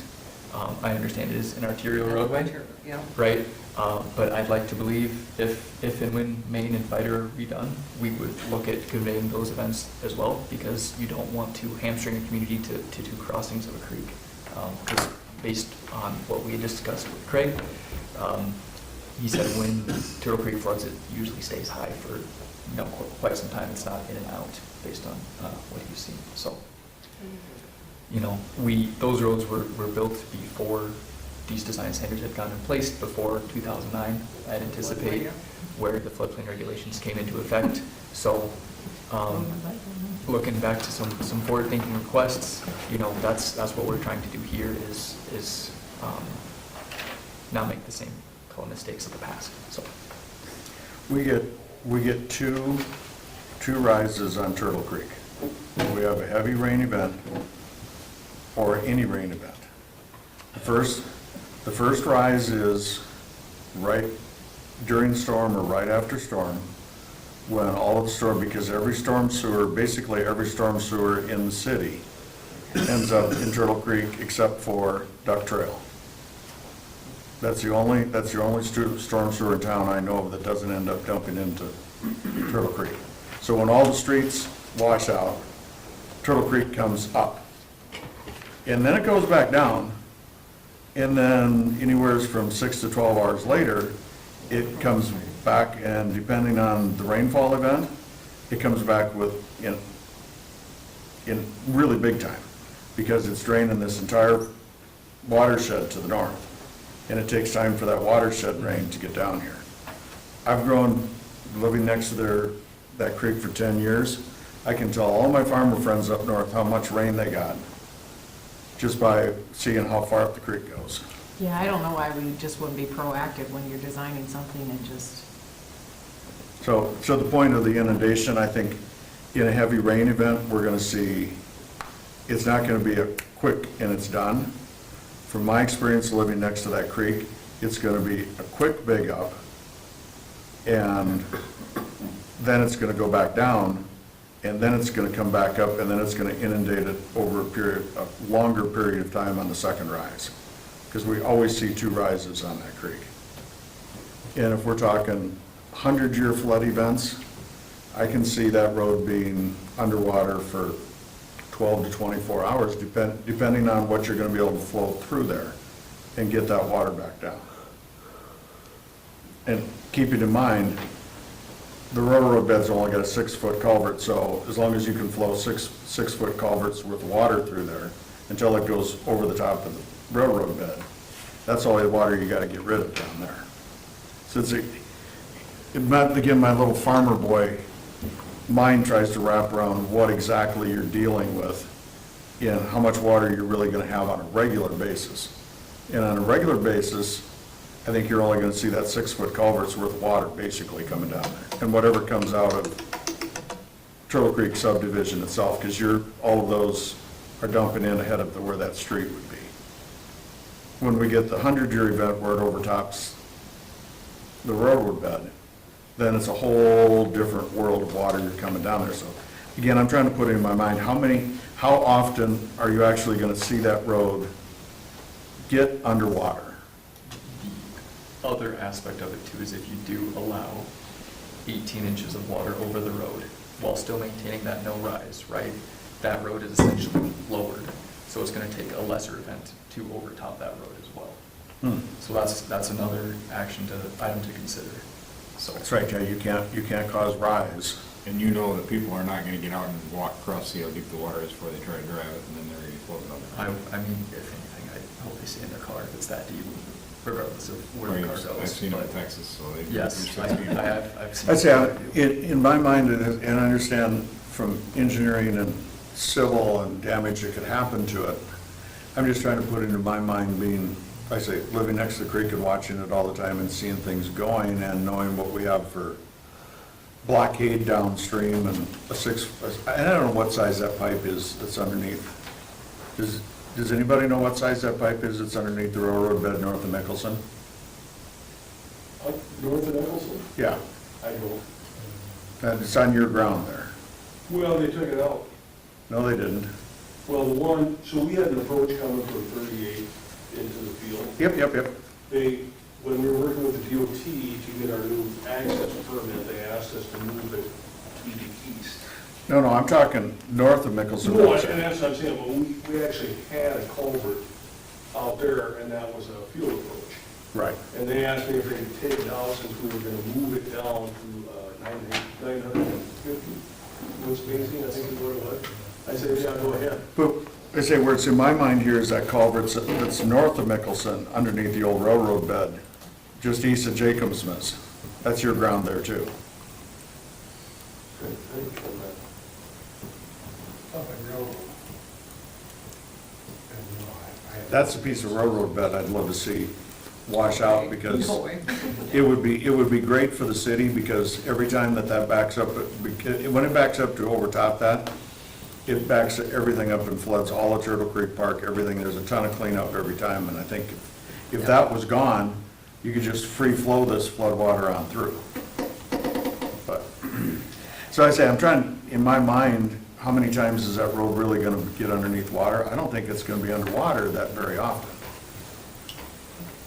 Especially if you're designed to handle the 100-year flood event. If you're designed to handle the 100-year flood event with 18 inches of inundation to the road, that's gonna require an overtop of the railroad bed, the existing railroad bed up north, in order to get that much water coming down there and back up to get over top the road. You're never gonna get that much water coming through the existing culvert in that railroad bed. Because I think it's probably a 6-footer. So to your point, Tony, they have, to convey the 5-year event, they have 3 5-foot culverts proposed. Okay? And you're saying that the major event overtops a single culvert, right? So if the 5-year event requires 3 5-foot culverts, that 6-foot culvert in the railroad bed probably gets overtopped far more frequently than you realize. You know, the railroad bed has only been overtopped 3 times in the time that I've been here. That's the only time I've ever seen the water go over top. And Michael, I'll tell you why I paid really close attention to it, because when Mitch told me that that's why we needed the big box culverts, I said, well, here's the deal. You guys did the engineering to get our lot out of the floodplain, so you have all the elevations in your files. And you just did the survey here to know that's how big those culverts needed to be, so you got the elevations on that railroad grade. I want to know what the difference is. There's 18 inches difference between the elevation at the top of the railroad grade and the lowest point in my backyard. So when Turtle Creek starts coming up, and it starts creeping up towards my backyard, the first thing I do is drive down and check the railroad bed and see if it's going over the top yet.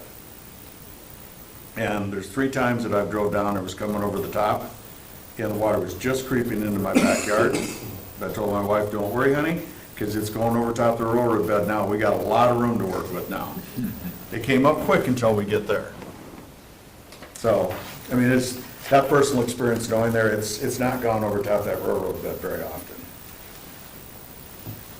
As far as engineering goes, is there something to consider in between the two? When you're looking at a 5-year flood design and then a 100-year flood design?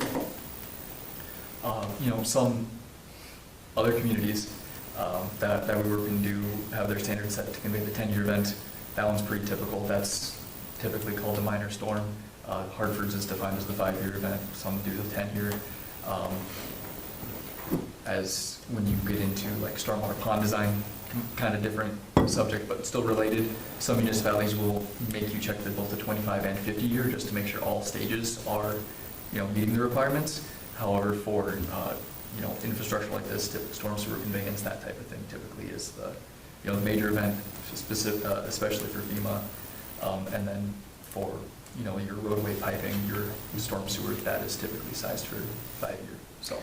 Okay, so, and the 18-inch, allowing the variance to allow the 18-inch, that's a what storm event? 5-year storm event, 10-year storm event, 100-year storm To do event? the hydraulic study so that we know how much water needs to pass so that we would not exceed 18 inches. And whatever size those culverts need to be. I'm not, Mark, I wasn't at. Be more. I'm not asking what size culverts. I'm I'm not asking what size culverts right now, because I don't think anybody knows the answer to that. Well, that's what the I'm hydraulic asking- study's supposed to tell us. I'm asking, are you asking for 18 inches on a minor 5-year storm event, on a minor 10-year storm event, on a minor 25-year storm event, a 100-year storm event? What are you asking for the 18 inches allowance on? The 100-year event. That when you get a 100-year event, that the water would not exceed 18 inches. That's what we need to do, and we need to prove that hydraulically with a study, on a flow study, that this is how much water is gonna come down in the 100-year event, and you gotta be able to pass it over the road and through the culverts and not exceed 18 inches deep.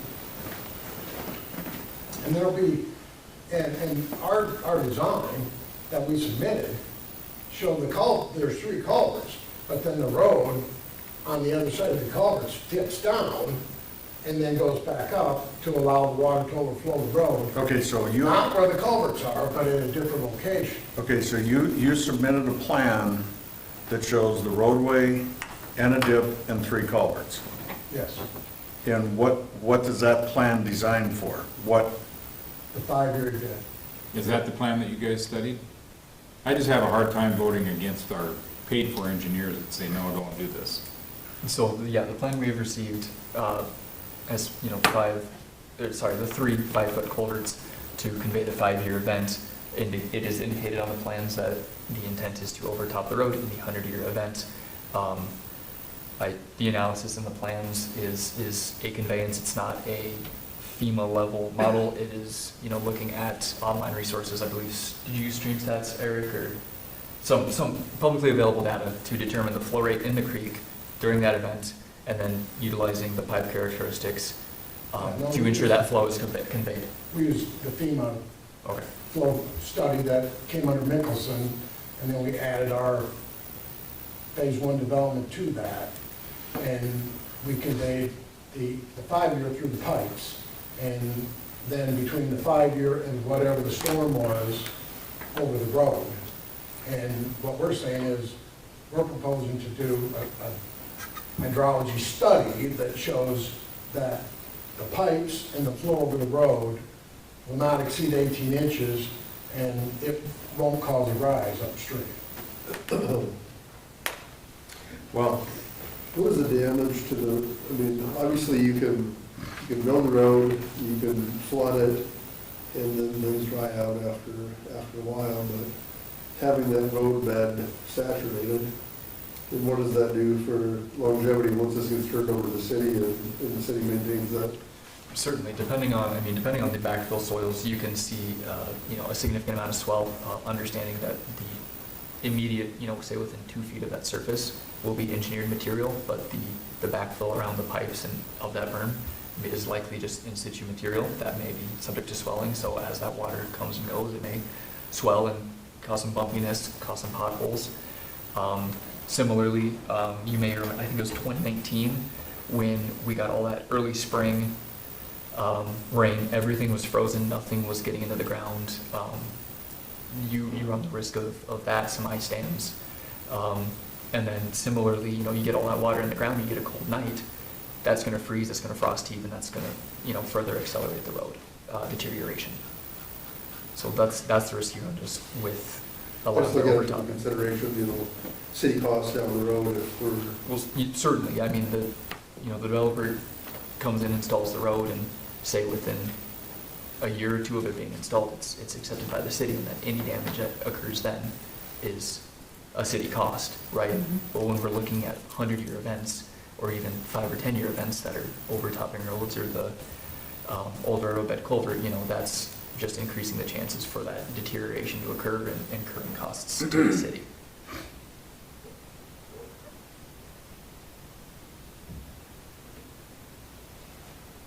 Well, yeah, I think if I was going to say, okay, we can let water go over top of the road and give the variance, I would want nothing less than 100-year flood. They have to be able to flow the 100-year, not 5-year, not 25-year, but 100-year flood. And that's what you guys look at, right? For the 100-year flood. That is our recommendation, is, well, not to overtop the road, but to convey it in the pipes or culverts or whatever it may be under the road. And So- that's the city of Hartford ordinance. Correct, so that, That's our ordinance. so it's But, essentially an I act would- of God that the road is impassable. I would actually, I would consider saying yes to the inundating up to 18 inches on the 100-year flood, on the 100-year flow. Because I don't think that's going to be very often that it's going to go over top. but too, you're looking at 18 inches over that. But if we go, right, Not just, but if we don't go at least 100, say if we go 5 years, you got to be able to flow a 5-year minor storm event. And that can happen twice in a year. that can happen 2 or 3 times a year. We don't want that road going underwater 2 or 3 or 4 times a year. That's why I asked about, is there a standard of 10 or 25 year, not just the 5 or the 100? Is there something in the middle there that would make sense? But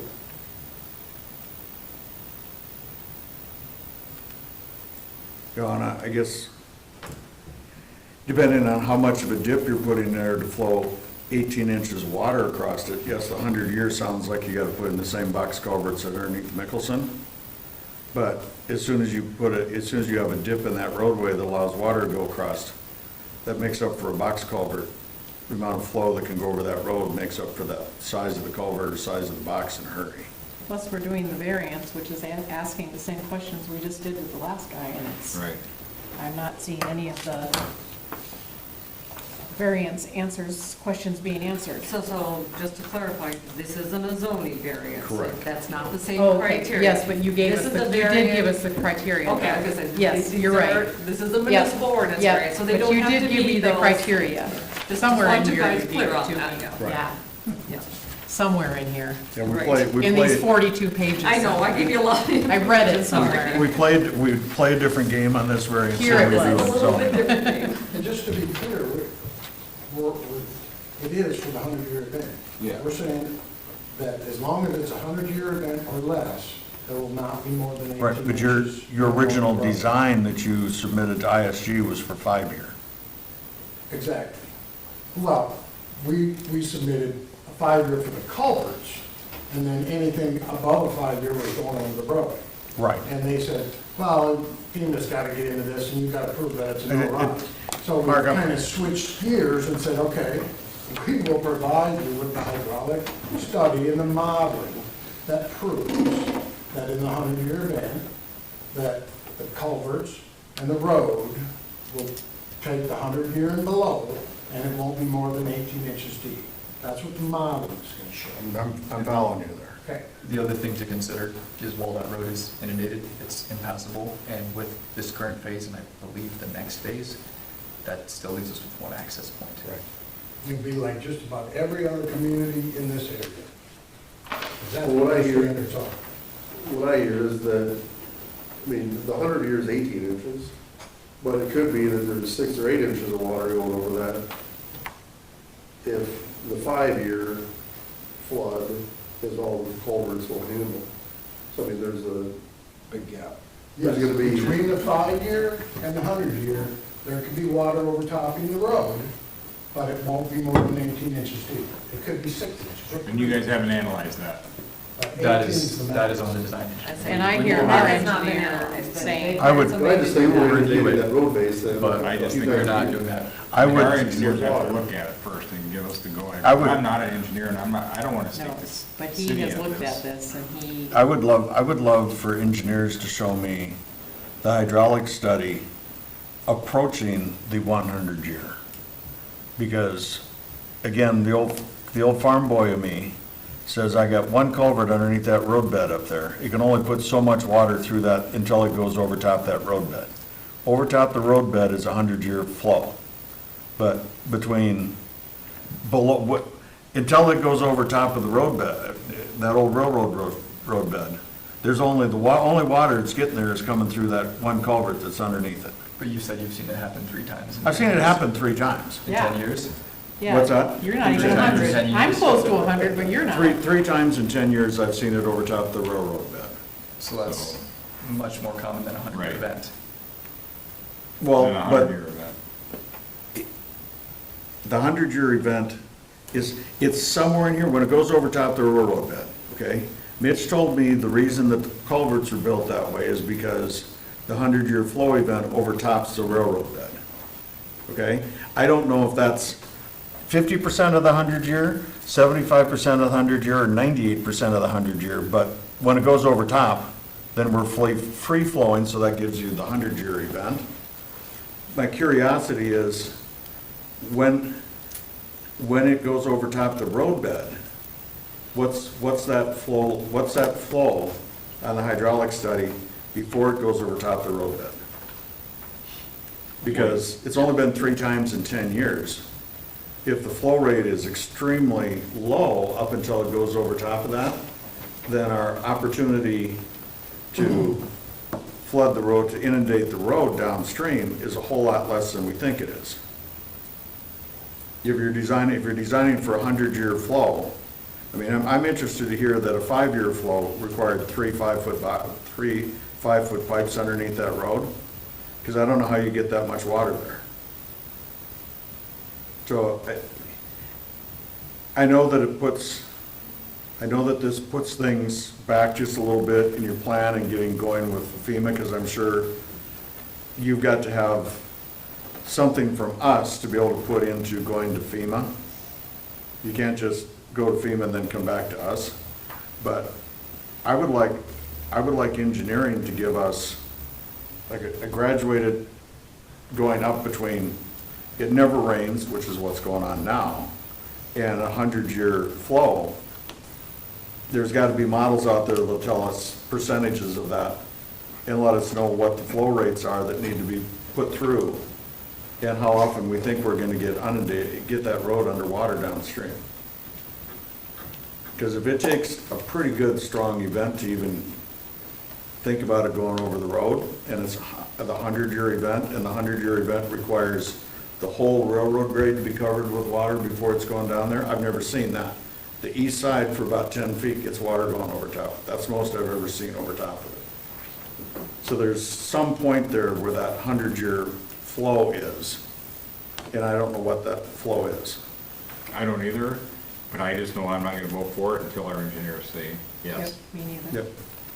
That would be my other concern, is if we find out this thing's flooding, you know, on a 5-year rate event, and then, you know, say we're 5 or 10 years down the road, the city decides that this thing gets inundated, and then the city wants to rebuild that to whatever standard. Now, that becomes a taxpayer expense after the city's assumed responsibility for that road. Right.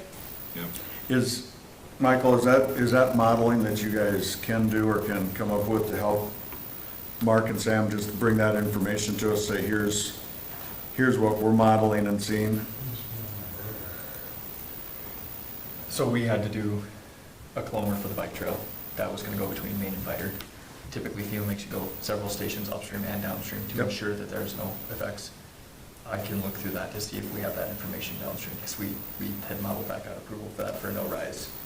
So, I'll check to see if that, we have that information so that you can see, you know, when it overtops a railroad, what frequency storm, you know, is that considered?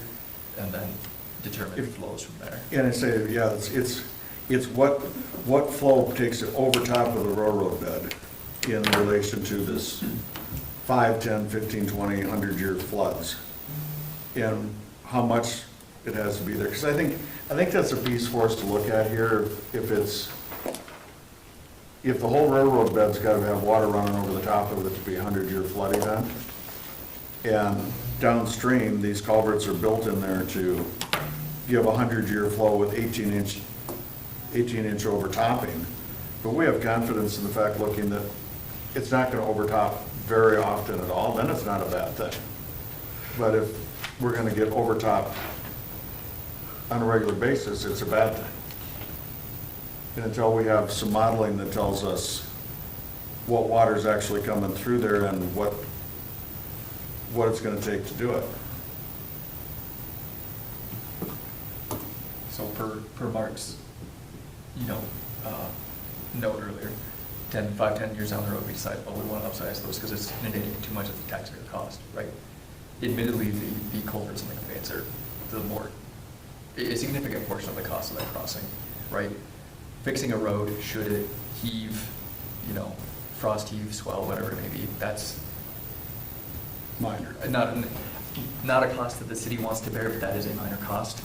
That is one of the reasons why we are advocating to not allow it to overtop this, because we don't want to get 10 years down the road and just say this is just unacceptable, or have a new Right. P&Z or a new council, and like, this is Yeah. ridiculous, Right. why would Why this did allow these it? guys let this Right. go through? Because, So if yeah, they ever approve this, yep.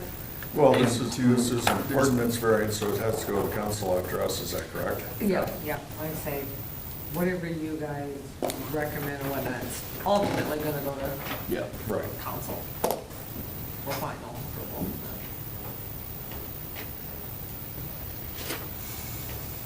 I would feel a lot better recommending it if I knew the engineers approved it. That's all I'm saying. So, you want to take a vote on the first one? I still don't, you know, just to save some money, I still would err on the side of upsizing. I just, you know, it's important. Just like you talked about, when they redid all of Colton Road, apparently the culvert is above where the water is, so it will never drain out of my creek, ever.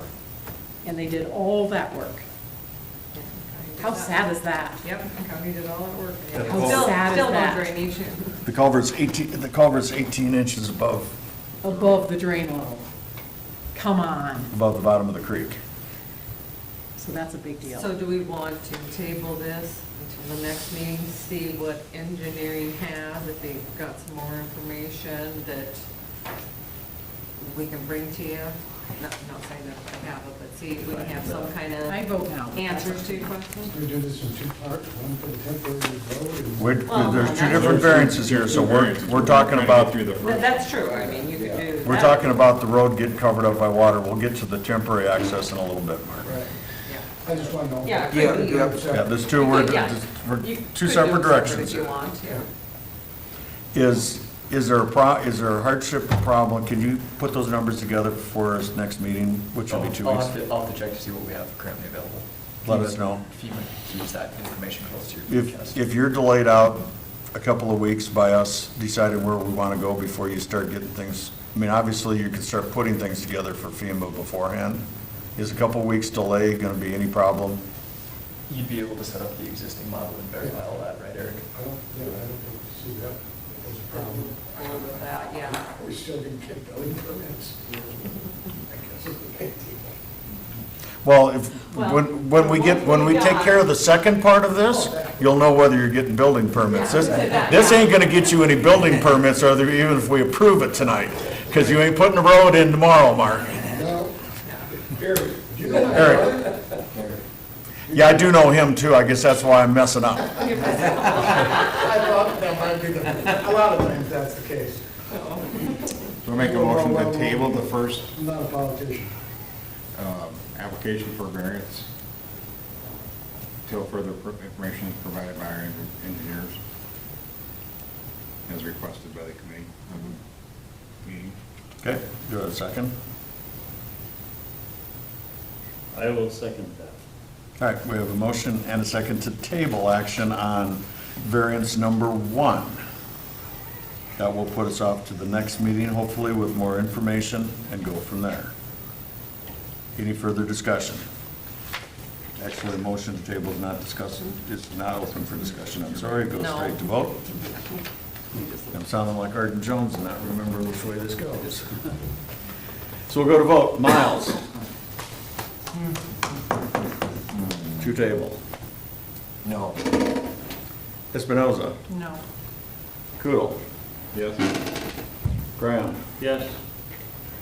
Anderson? No.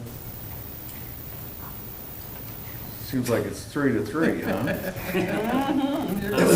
Tony vote. Then I get to do the Tony vote, and I'm gonna vote yes to table.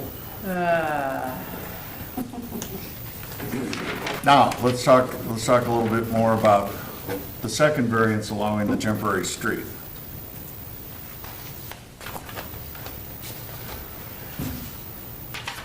So I just, This one so to I, me seems more straightforward. well, I was gonna say, so I have it straight. Fine. They're gonna build a gravel road, they're gonna maintain it, they're gonna plow the snow on it. No, she said we were gonna maintain, the city was gonna maintain. No, No, I said That's we where you go. maintain 465th, which we do now. The township The road. township Oh, road, okay. yes. Okay, Way good. out here. So, No, this temporary one, they'll. Okay, and is the temporary that you're talking about putting in, that's nowhere, that's not like Turtle Creek extended all the way over to 460? That's shown on the, On the map, it's right on, it was shown on the south part of the. it's a key hop up on top. oh, it's of back it. here, it's on there, Tony. Oh, okay, sorry, I was looking, it's on the South south side. Street. Yeah. So that, Yes. where you're gonna put that gravel road in will turn into a street at some point in time, Yes. as it goes along. Yes. Okay. So they're gonna put in a gravel street, same place that the real street's gonna go at some point in time. At some point, yeah. They're going to grade it, they're gonna maintain it, they're gonna plow the snow on it. The city has no involvement whatsoever on that temporary road. Yep. It's just their way to get in and out. Providing that second emergency. So access. providing a Time second frame? time frame? Yeah. You said you were gonna How make many a years? time frame of how? Temporary I- is kind of Temporary for how term. many years? Temporary is, so that is a concern that I have, is temporary is a open-ended Yep. That's thing. why I What wanna is the put a definition of time frame on temporary? it, because we don't want to see it here 10 years down the road and being used No. and whatnot. It's Yep. to get them through the approval process for the connection at Highway 30. Yeah, as soon as we would be able to build Chelona, it's like that temporary street needs to go away. See, and you Yeah, just then you voted don't to wanna you don't table want it. to maintain it and all that stuff, right? I mean, That's yeah, fine. As Yeah, soon as we have the second way in, we don't need it. right. Right. So it's just a matter of how long it takes us to, for us and or FEMA to get their stuff together so we don't. Exactly. They're telling us it's at least 6 to 9 months To get through FEMA? At least. At least, I right? would say a year, just my feelings. You know, But it's not gonna get, They're Chelona's not not quick. being built this year. So what happens if FEMA doesn't give But we permission? hope to build it next year. What happens if FEMA doesn't give them permission to put that road in, or that in? Then this I mean, becomes they'll a have, permanent they'll road? have to make their design, I'd say FEMA's that regulations. The So they'll have to hydrology change their has design. approved to FEMA that we can do Yes. it. And that's the only way they'll approve it. Right. They can get approved to put the road in, they just gotta be able to flow the water to make Yeah, FEMA just happy. how much they gotta do to build the road. I mean, you can put a brand new bridge across the Mississippi River as long as you show you're not gonna back up the river. Yeah, it's just how much do they gotta do to get it to FEMA You can get a road standards. there. So can we put like a year and a half time frame on it? Well, you could, or you could do How about from how about today, 2 or, weeks? So we're right back here again. Next a thought, meeting. a thought that came to my mind is that they put in the temporary road, they have 12 months from FEMA approval before that road needs to be closed, shut off, whatever, however you want to be on Or it. made permanent? So if it takes a year and a half for FEMA to get things approved, we're not sitting here discussing extending out the temporary because FEMA didn't get stuff put together. Yeah, I yeah, so you think- don't say there's a shutdown, or, you know, Yeah, yeah, everything 12 is backed up, yeah. 12 months, I That mean, happens. if FEMA doesn't approve it until October of some year, you got 12 months, you've got the whole next summer to get the road built. If FEMA approves it in April of a year, I mean, you're still into that timeframe. You got 12 months to get a road built in, and I would be fairly well convinced that the design work on that road would be complete. Because everything's gonna be done to send to FEMA, and whatever gets approved by FEMA, that design work for the road's already gotta be done. Is that a fair statement, Eric? That's fair, because we're gonna be working with your engineers here, and the guys that are doing I think that's No, a we, smart yeah, way the to- design of that road so that it would work would be, have to be done so that FEMA could approve it. So, yeah, the design essentially is gonna be done. It would just be let a contract and get a contract when they do the work. Good point, Keely brought, made me a little Washington politician note here on this too. Because I don't wanna have that going,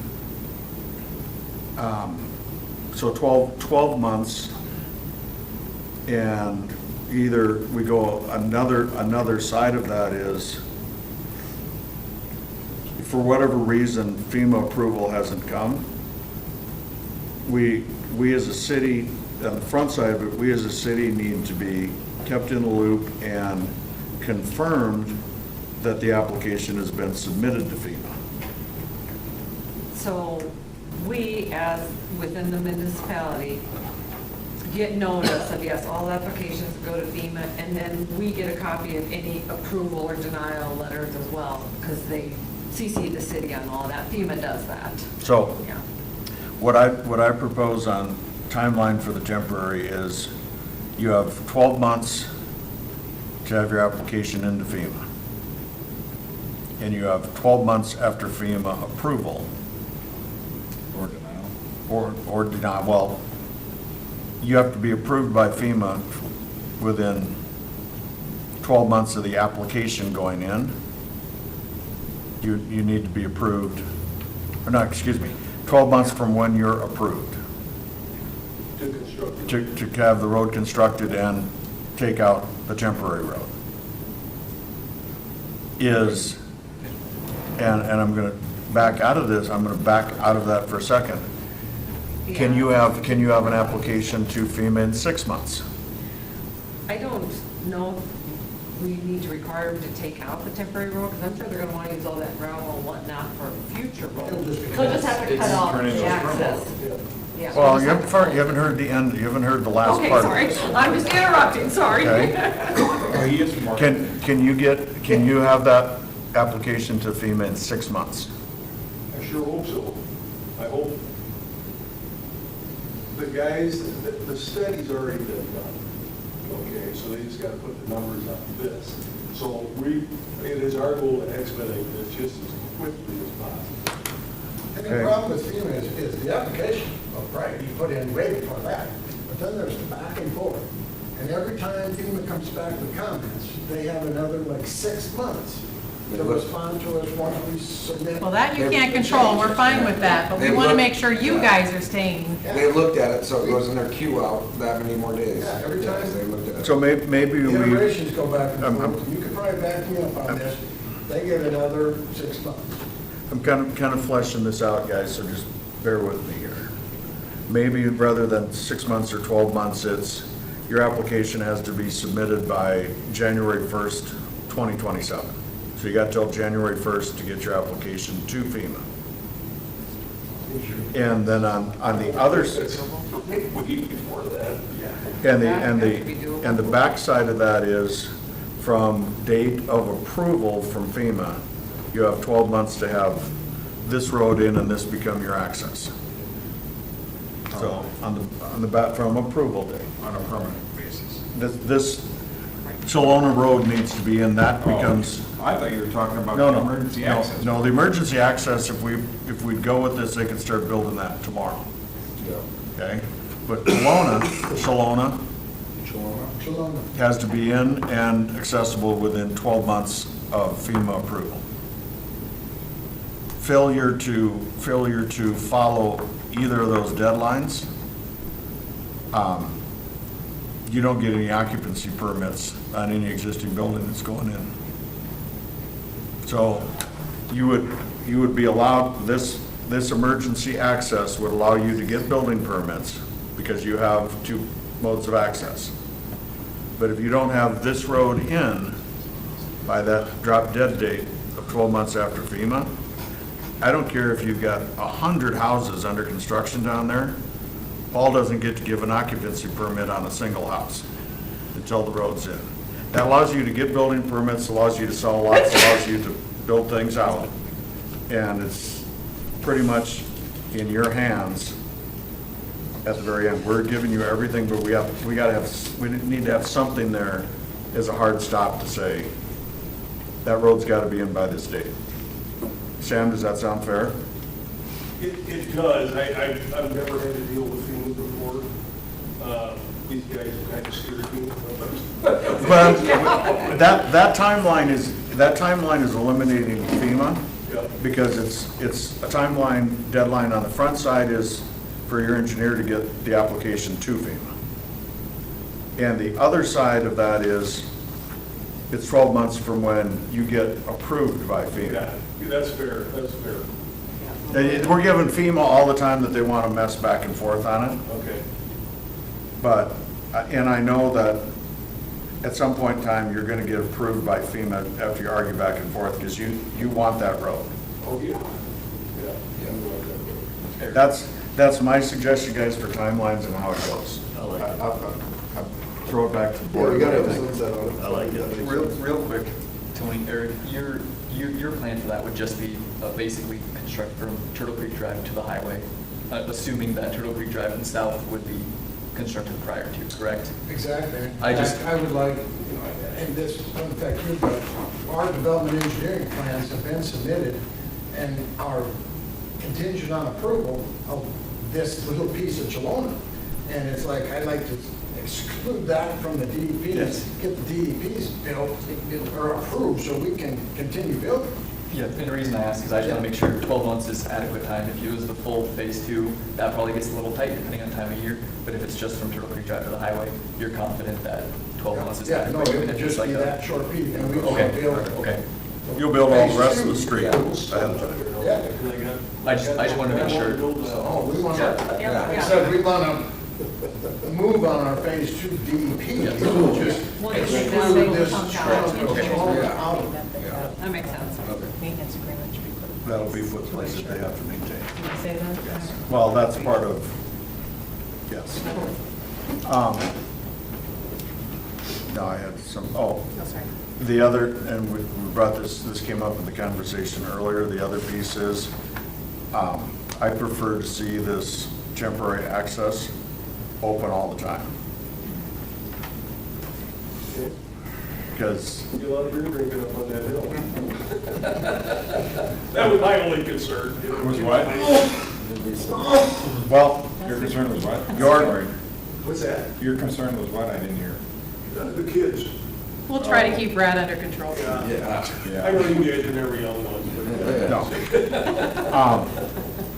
I know, I just have the concern of if we have some type of emergency event down there, that emergency responders are not gonna be able to get through that gate. So, and I think what Eric was thinking, the other thing is, it's like in the Forest Service, they got those blues that go across. They're crash gates too. I don't think the kids want to wreck their cars, so if it was truly an emergency like that, Well, the other thought was there's a family that lives down there. Right. And they're on a dead-end road, and all of a sudden we're gonna start running cars by there, now they got a traffic issue. And it's like, it should be emergency only. Well, when that street is built out as a street, Do you want to ask the fire Those- department what they recommend? when that street is built out as a street and all the way along the interstate is nothing but multifamily housing, then people live down at the end of that dead-end road ain't gonna be happy then either. I can't do that. I mean, let's be real. That's gonna take time, but this is I- like night and day, like tomorrow. Where you guys, Over here. you guys using that south side as being your second access point, I see very little, if any, regular traffic going down that street With all gravel. with gravel all the way out, plus gravel all the way down the township road. If I live anywhere in this development, I'm headed out Turtle Creek Drive and hitting Mickelson and getting out of here on the tar. I don't think you're gonna see, and I could be absolutely wrong, everybody may figure out that's a really quick shortcut to get there. We can, if it turns into a problem, we can always put grass seeds. If it is, but my only thought was kids, takers, you know. Yeah, and like I say, my thought, Sam, is, let's just say that down here, Turtle Creek Circle, we've got a house fire, Right. and Hartford responds to the house fire, and they now have got their hoses and everything across Turtle Creek Drive. And this house fire is more than just a little grill fire out back, and they call mutual aid. And Humboldt comes over, Humboldt's gonna come down 38, and they tell them, hey, you can't come in on Turtle Creek Drive because we've got hoses across it.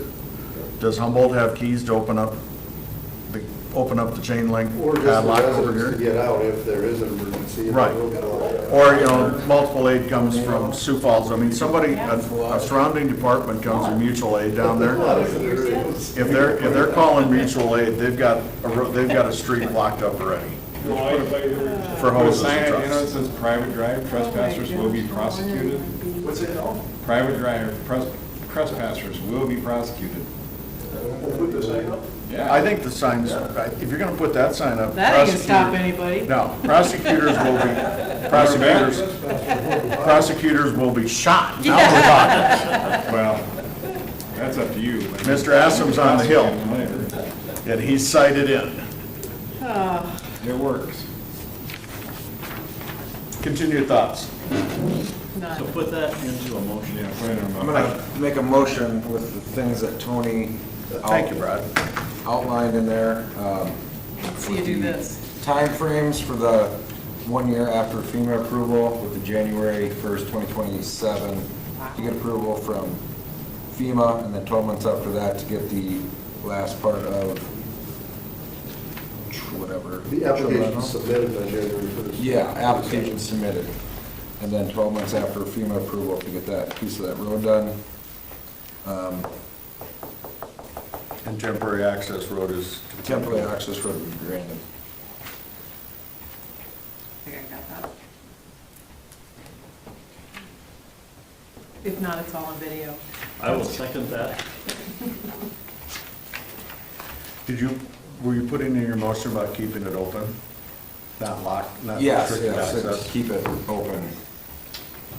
I would, And then I I said would the say- I would engineer s- recommended that necessary maintenance agreements should be put into place. Yeah, I mean, it's just, Okay. We'll pass this motion, we'll actually have the city attorney though draft up an agreement with this outline that Okay. city and Sam will sign. Shall we say? Okay. I'm going to ask you for a friendly amendment to your motion, remove the access part from that motion. And the reason I'm asking for that, we're going to ask you guys to keep it open, but if for some reason there's issues that arise, I want it to be left open-ended, that you contact Teresa or the city and say, we need to do something different here because of, and it allows them to be able to make a decision right up without having to be against this motion and variance. Good point. So the request is please keep it open, but if there's issues, take it to staff and come to resolution on the issues. I second everything that Brad just said. Perfect. We have a motion and a second to approve the variance for temporary gravel road. FEMA application in by January 1st, 2027. The permanent Shalona to be built within 12 months of FEMA approval. Amen. Amen, amen. Any further discussion? adding in the piece of building permits or occupancy permits. Oh, that's a good Yeah, point. the building permits. Oh, yeah, you forgot that part, Miles. That would, That's what he's What if I didn't want to include it? well, if you don't want to include it as a friendly amendment, then I would ask Mr. Anderson to make the amendment to the motion if he would like to.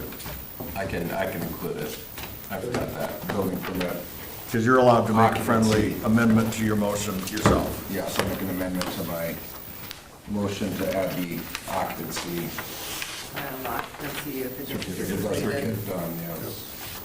Thank you, Mark. Good job, Mark. Any further discussion? We'll vote. Anderson, Yes. Graham, Yes. Kudel, Yes. Espinoza, Yes. Miles. Yes. Randall? Sure. Motion carries. That variance approved.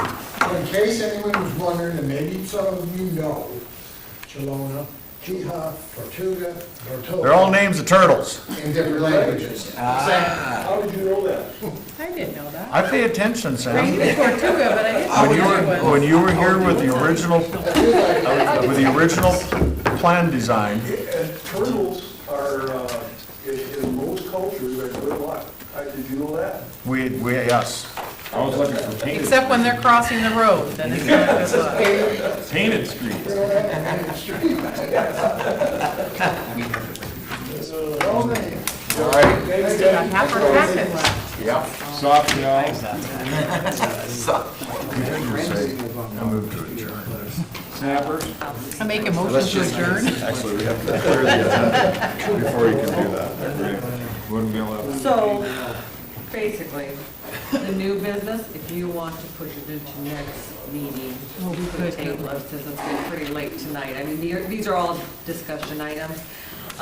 Reviewing the international building codes. We got to still review the significant changes for the residential codes that are going to have us do next meeting. We can do both of them at next meeting, and then in June, look at passing the ordinances, but that's up to you guys. I make a motion to table the next two items to next Three items. meeting, next The- three items to the new next business. meeting. To the next one. Correctly, we would be postponing them to the next meeting, but okay. It's 9:15, I don't Table- speak properly after Table is 9. within a meeting, postpone is to a meeting in the future. I motion to do what you guys just told me to say. Did I hear second? It's past my bedtime. Did I hear a second? I'll second. Thought I was gonna die for like a second. All in favor? Aye. Amen. Opposed? You can stay with it. Mr. Christensen, what do you got for us? Oh, We already closed. No, we didn't adjourn. We just didn't? We just Okay. postponed to the next meeting. Dealing with the usual parking on grass, pet licenses, inoperable vehicles, rubbish and junk. And then I'm taking another shot at the trailer court, mobile home park, sorry. You All right. said you were taking another shot at the, For trying to, my goal is to try to bring the park up to the same standards as the rest of town. all right. I took a picture of that dumpster today in front of the middle school. Come on. Maybe just a bigger dumpster? Novak says that's all the bigger one they need. Look at the dumpster in front of the school. I know, it's, Come on. It's got trash 4 feet out the top. I don't know how. It's the last day of school, everybody's getting rid of it. That dumpster needs This to go. was the one in that That apartment. dumpster needs to go back behind that apartment and not That's be what I out the thought. parking lot out front on the street. Could it go on the side of where those garages are? The west I side, mean, I guess there's, then those people have to We look don't have at any it. but- regulations of where to place them, so I don't know how we have any It's teeth in it, I awful. guess. I totally agree with you guys, it should go. For one thing, behind it's and it looks it's bad. red. It's a red dumpster that's because it's from Novak. on the front yard. And then there's pink trash bags. I mean, it looked like a trash party. I So totally agree, but like I said, I literally stopped to take a picture of it this time. so we don't have any of our regulations to do anything about where you put your dumpsters. we have no regulations in the dumpster locations. Yeah. So I can leave my garbage Unless it's part can, of a conditional use. It's bad. so I can leave my garbage can sit up by the street all the time? Now, that's on City Boulevard. Okay, what, I Bring that don't picture know where back up. that's There's an sitting, ordinance it's in against it. front, is it on the Boulevard area? I believe it is. Yes. Can we show it, Teresa? Yeah. I know Can I that's in leave- front of the, Can I leave my garbage can sit at the end of my driveway? not permanently. It doesn't happen on the boulevard. That's it, it is. So we could have that one moved back. Okay. Back, not saying that we Yeah, can make at it move least- it to their backside, You but we can can move have it to it the moved north a back. little bit. I need to follow up with the owner. He did reach out to City Hall. He never reached out to me directly. He did reach out to City Hall with Jenny, and he said he's having trouble finding somebody to do that small of a job for concrete, so I need to follow up with him to I can give him a list. push him a little Looking at harder. doing concrete Come on. somewhere, is that what you're saying? Yeah, I he's didn't gonna pour realize pad. How many Pour people? pad around there. And if he's gonna That do would be it, good. around the side would be better than on Second Street. The building was designed for that dumpster to be on the west side of on the northwest corner of that building. The design of that whole place is there's a place for that dumpster to be on the northwest corner of the building, and that's where it used to be. I'm gonna tell you, the reason it went out front is because he changed garbage haulers, and Novak told them that they were not going back in there to drag that dumpster out. Because that dumpster never was out front until Novak started hauling the garbage from there. Yeah, it used to be, I agree, it There's used no to be requirement that back the on dumpsters have to be- the. It used to be back in the northwest Used to be corner of the back in that building, corner. and that's when Cressman's were hauling the garbage out of there, and it was never a problem. And I'll just about bet you that Novak said, yes, they signed up with them and said, you gotta get that dumpster up front, because they're coming in with their truck with the hooks on the front. Where How do they Cressman's, even do that where with all the Cressman's, cars there? and- where Cressman's come in with their regular garbage truck, and they pick up the dumpster on the back of the truck, they can access it in the backside. Novak's can't. Makes sense. And, yeah, so we need some cement contractors. I give them about 6 that all live in town here that love to do little cement Little projects small all the time. projects, yes. All you have to do is look on Hartford Happenings, and you'll see every time somebody says cement, they'll all be saying they can do it tomorrow. Exactly. Most of them will work for beer. Okay, anything else Did I for say that out loud? Kyle? Motion to adjourn. Oh, no. Charlie horse. Unfortunately, you can't adjourn a meeting if you still have things on the agenda. Teresa, you got anything you want to add or call it good? Oh, it sucks to get I don't old, have doesn't anything it? to add, unless you guys got questions. I would make a motion to adjourn. That happened about 2 o'clock. That's what I I said, it second sucks to get old, doesn't it? I have a motion and a second to adjourn, all in favor? If you're gonna keep us Opposed? after 9, you have to stock pickle juice for us old people. Adjourned. Oh, my goodness. So those variance requests we had shouldn't be So now you're adjourned coming. as a planning and zoning board and moved into. Is the camera turned off